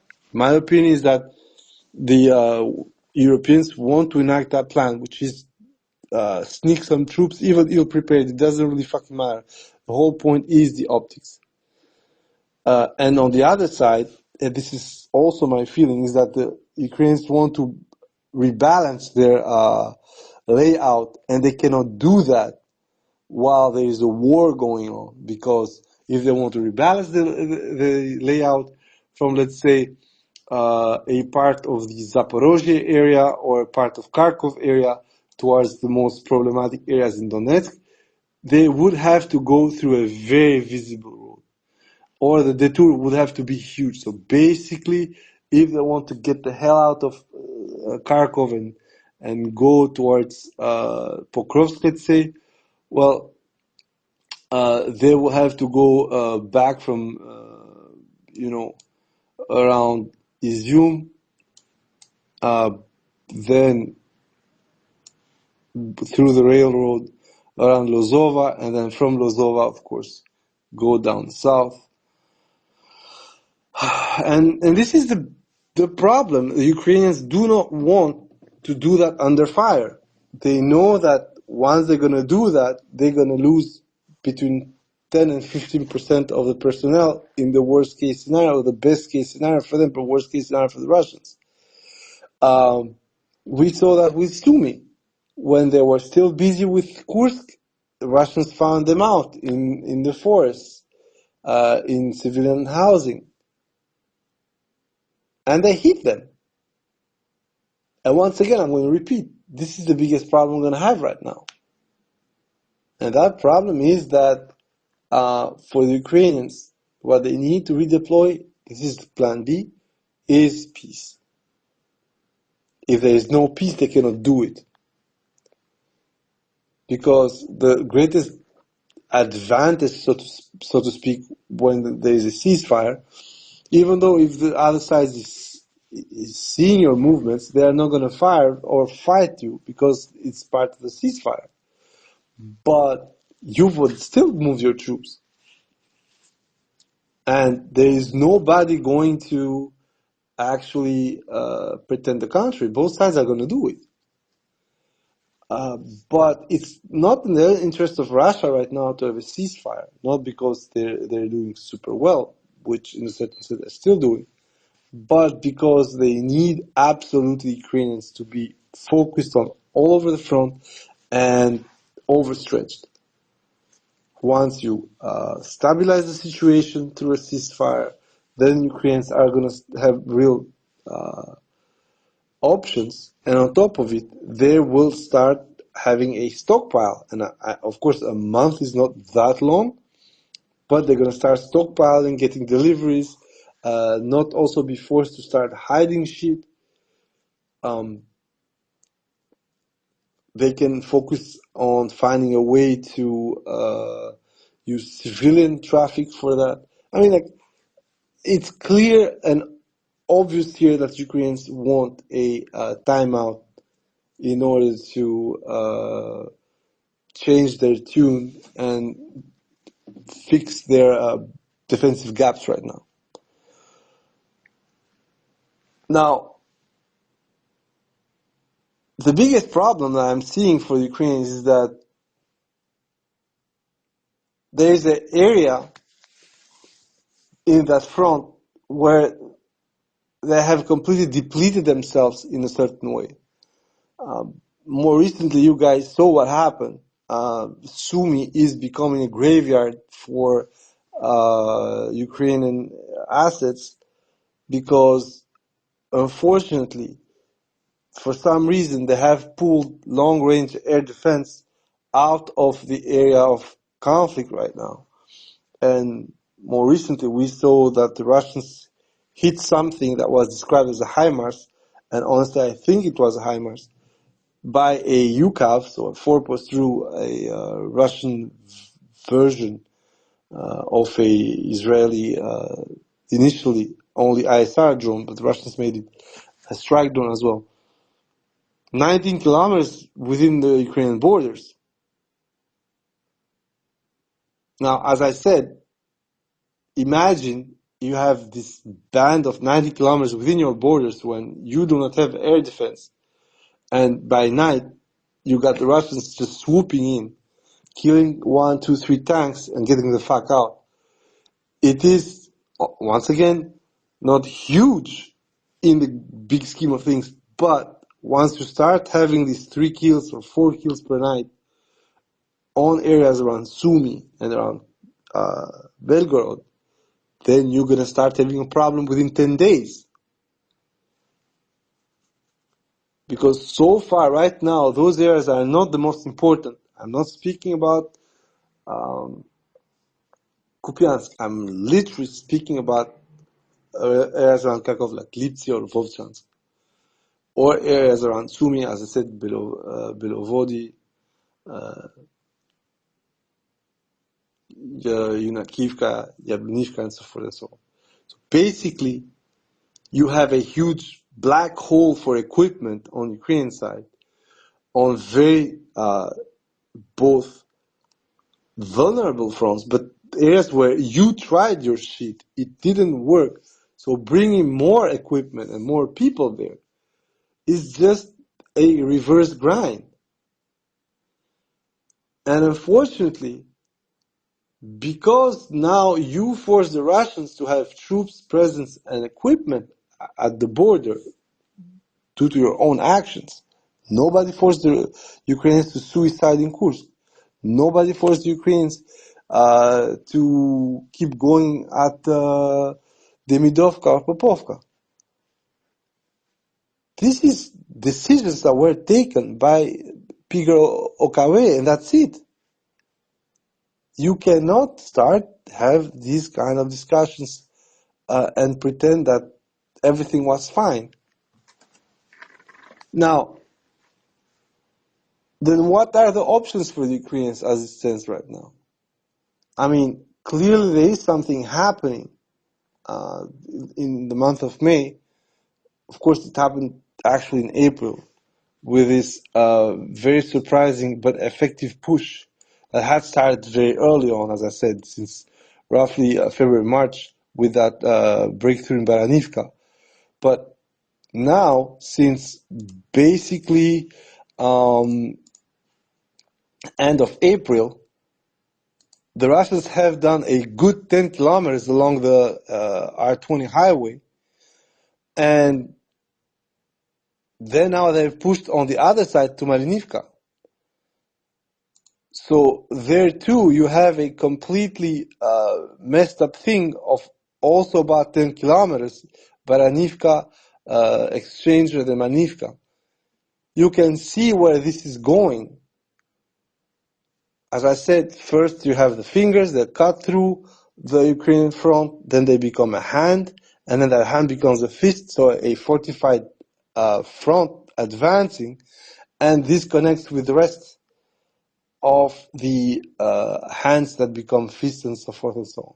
And those fists are actually tips of fingers and so forth. I mean, like, it's just a visual so you can see, but that's how the Russians operate right now. It's forays, that they join these forays into a hand, so basically more or less logical front shaping, and then at the end everything is rounded and you have this more equalized front line. But as I said, once this happens, and it's not a big territory that is going to be gained, like if everything goes the way it's going right now, within June, the Ukrainians would have lost something like 400 square kilometers. It's not the hugest thing, but it is exactly what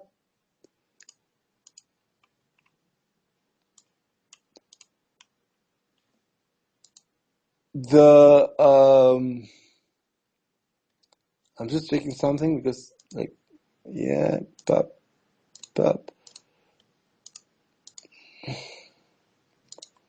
so yeah, it's about 400 square kilometers. If everything goes fine, if you add the Dilivka-Torsk area, you are going to be at 400 square kilometers. And this operation started in February, as I said, with a breakthrough in Baranivka. And you're going to be at 391.77 kilometers based on deep state without even reaching the outskirts of Konstantinovka. If for some reason that happens and the Ukrainians are completely bypassed and the Russians are finally reaching that point that they wanted to have. So more or less around Alexander Shultine, south of Stupotki, then you're looking at 500 square kilometers. I do not believe that by mid-June we were going to be there. We're already almost mid-May, and there is about 200 square kilometers gap still to go. But once we're there, we're going back to what I said, this dilemma, strategic dilemma for Ukrainians, because you're going to have the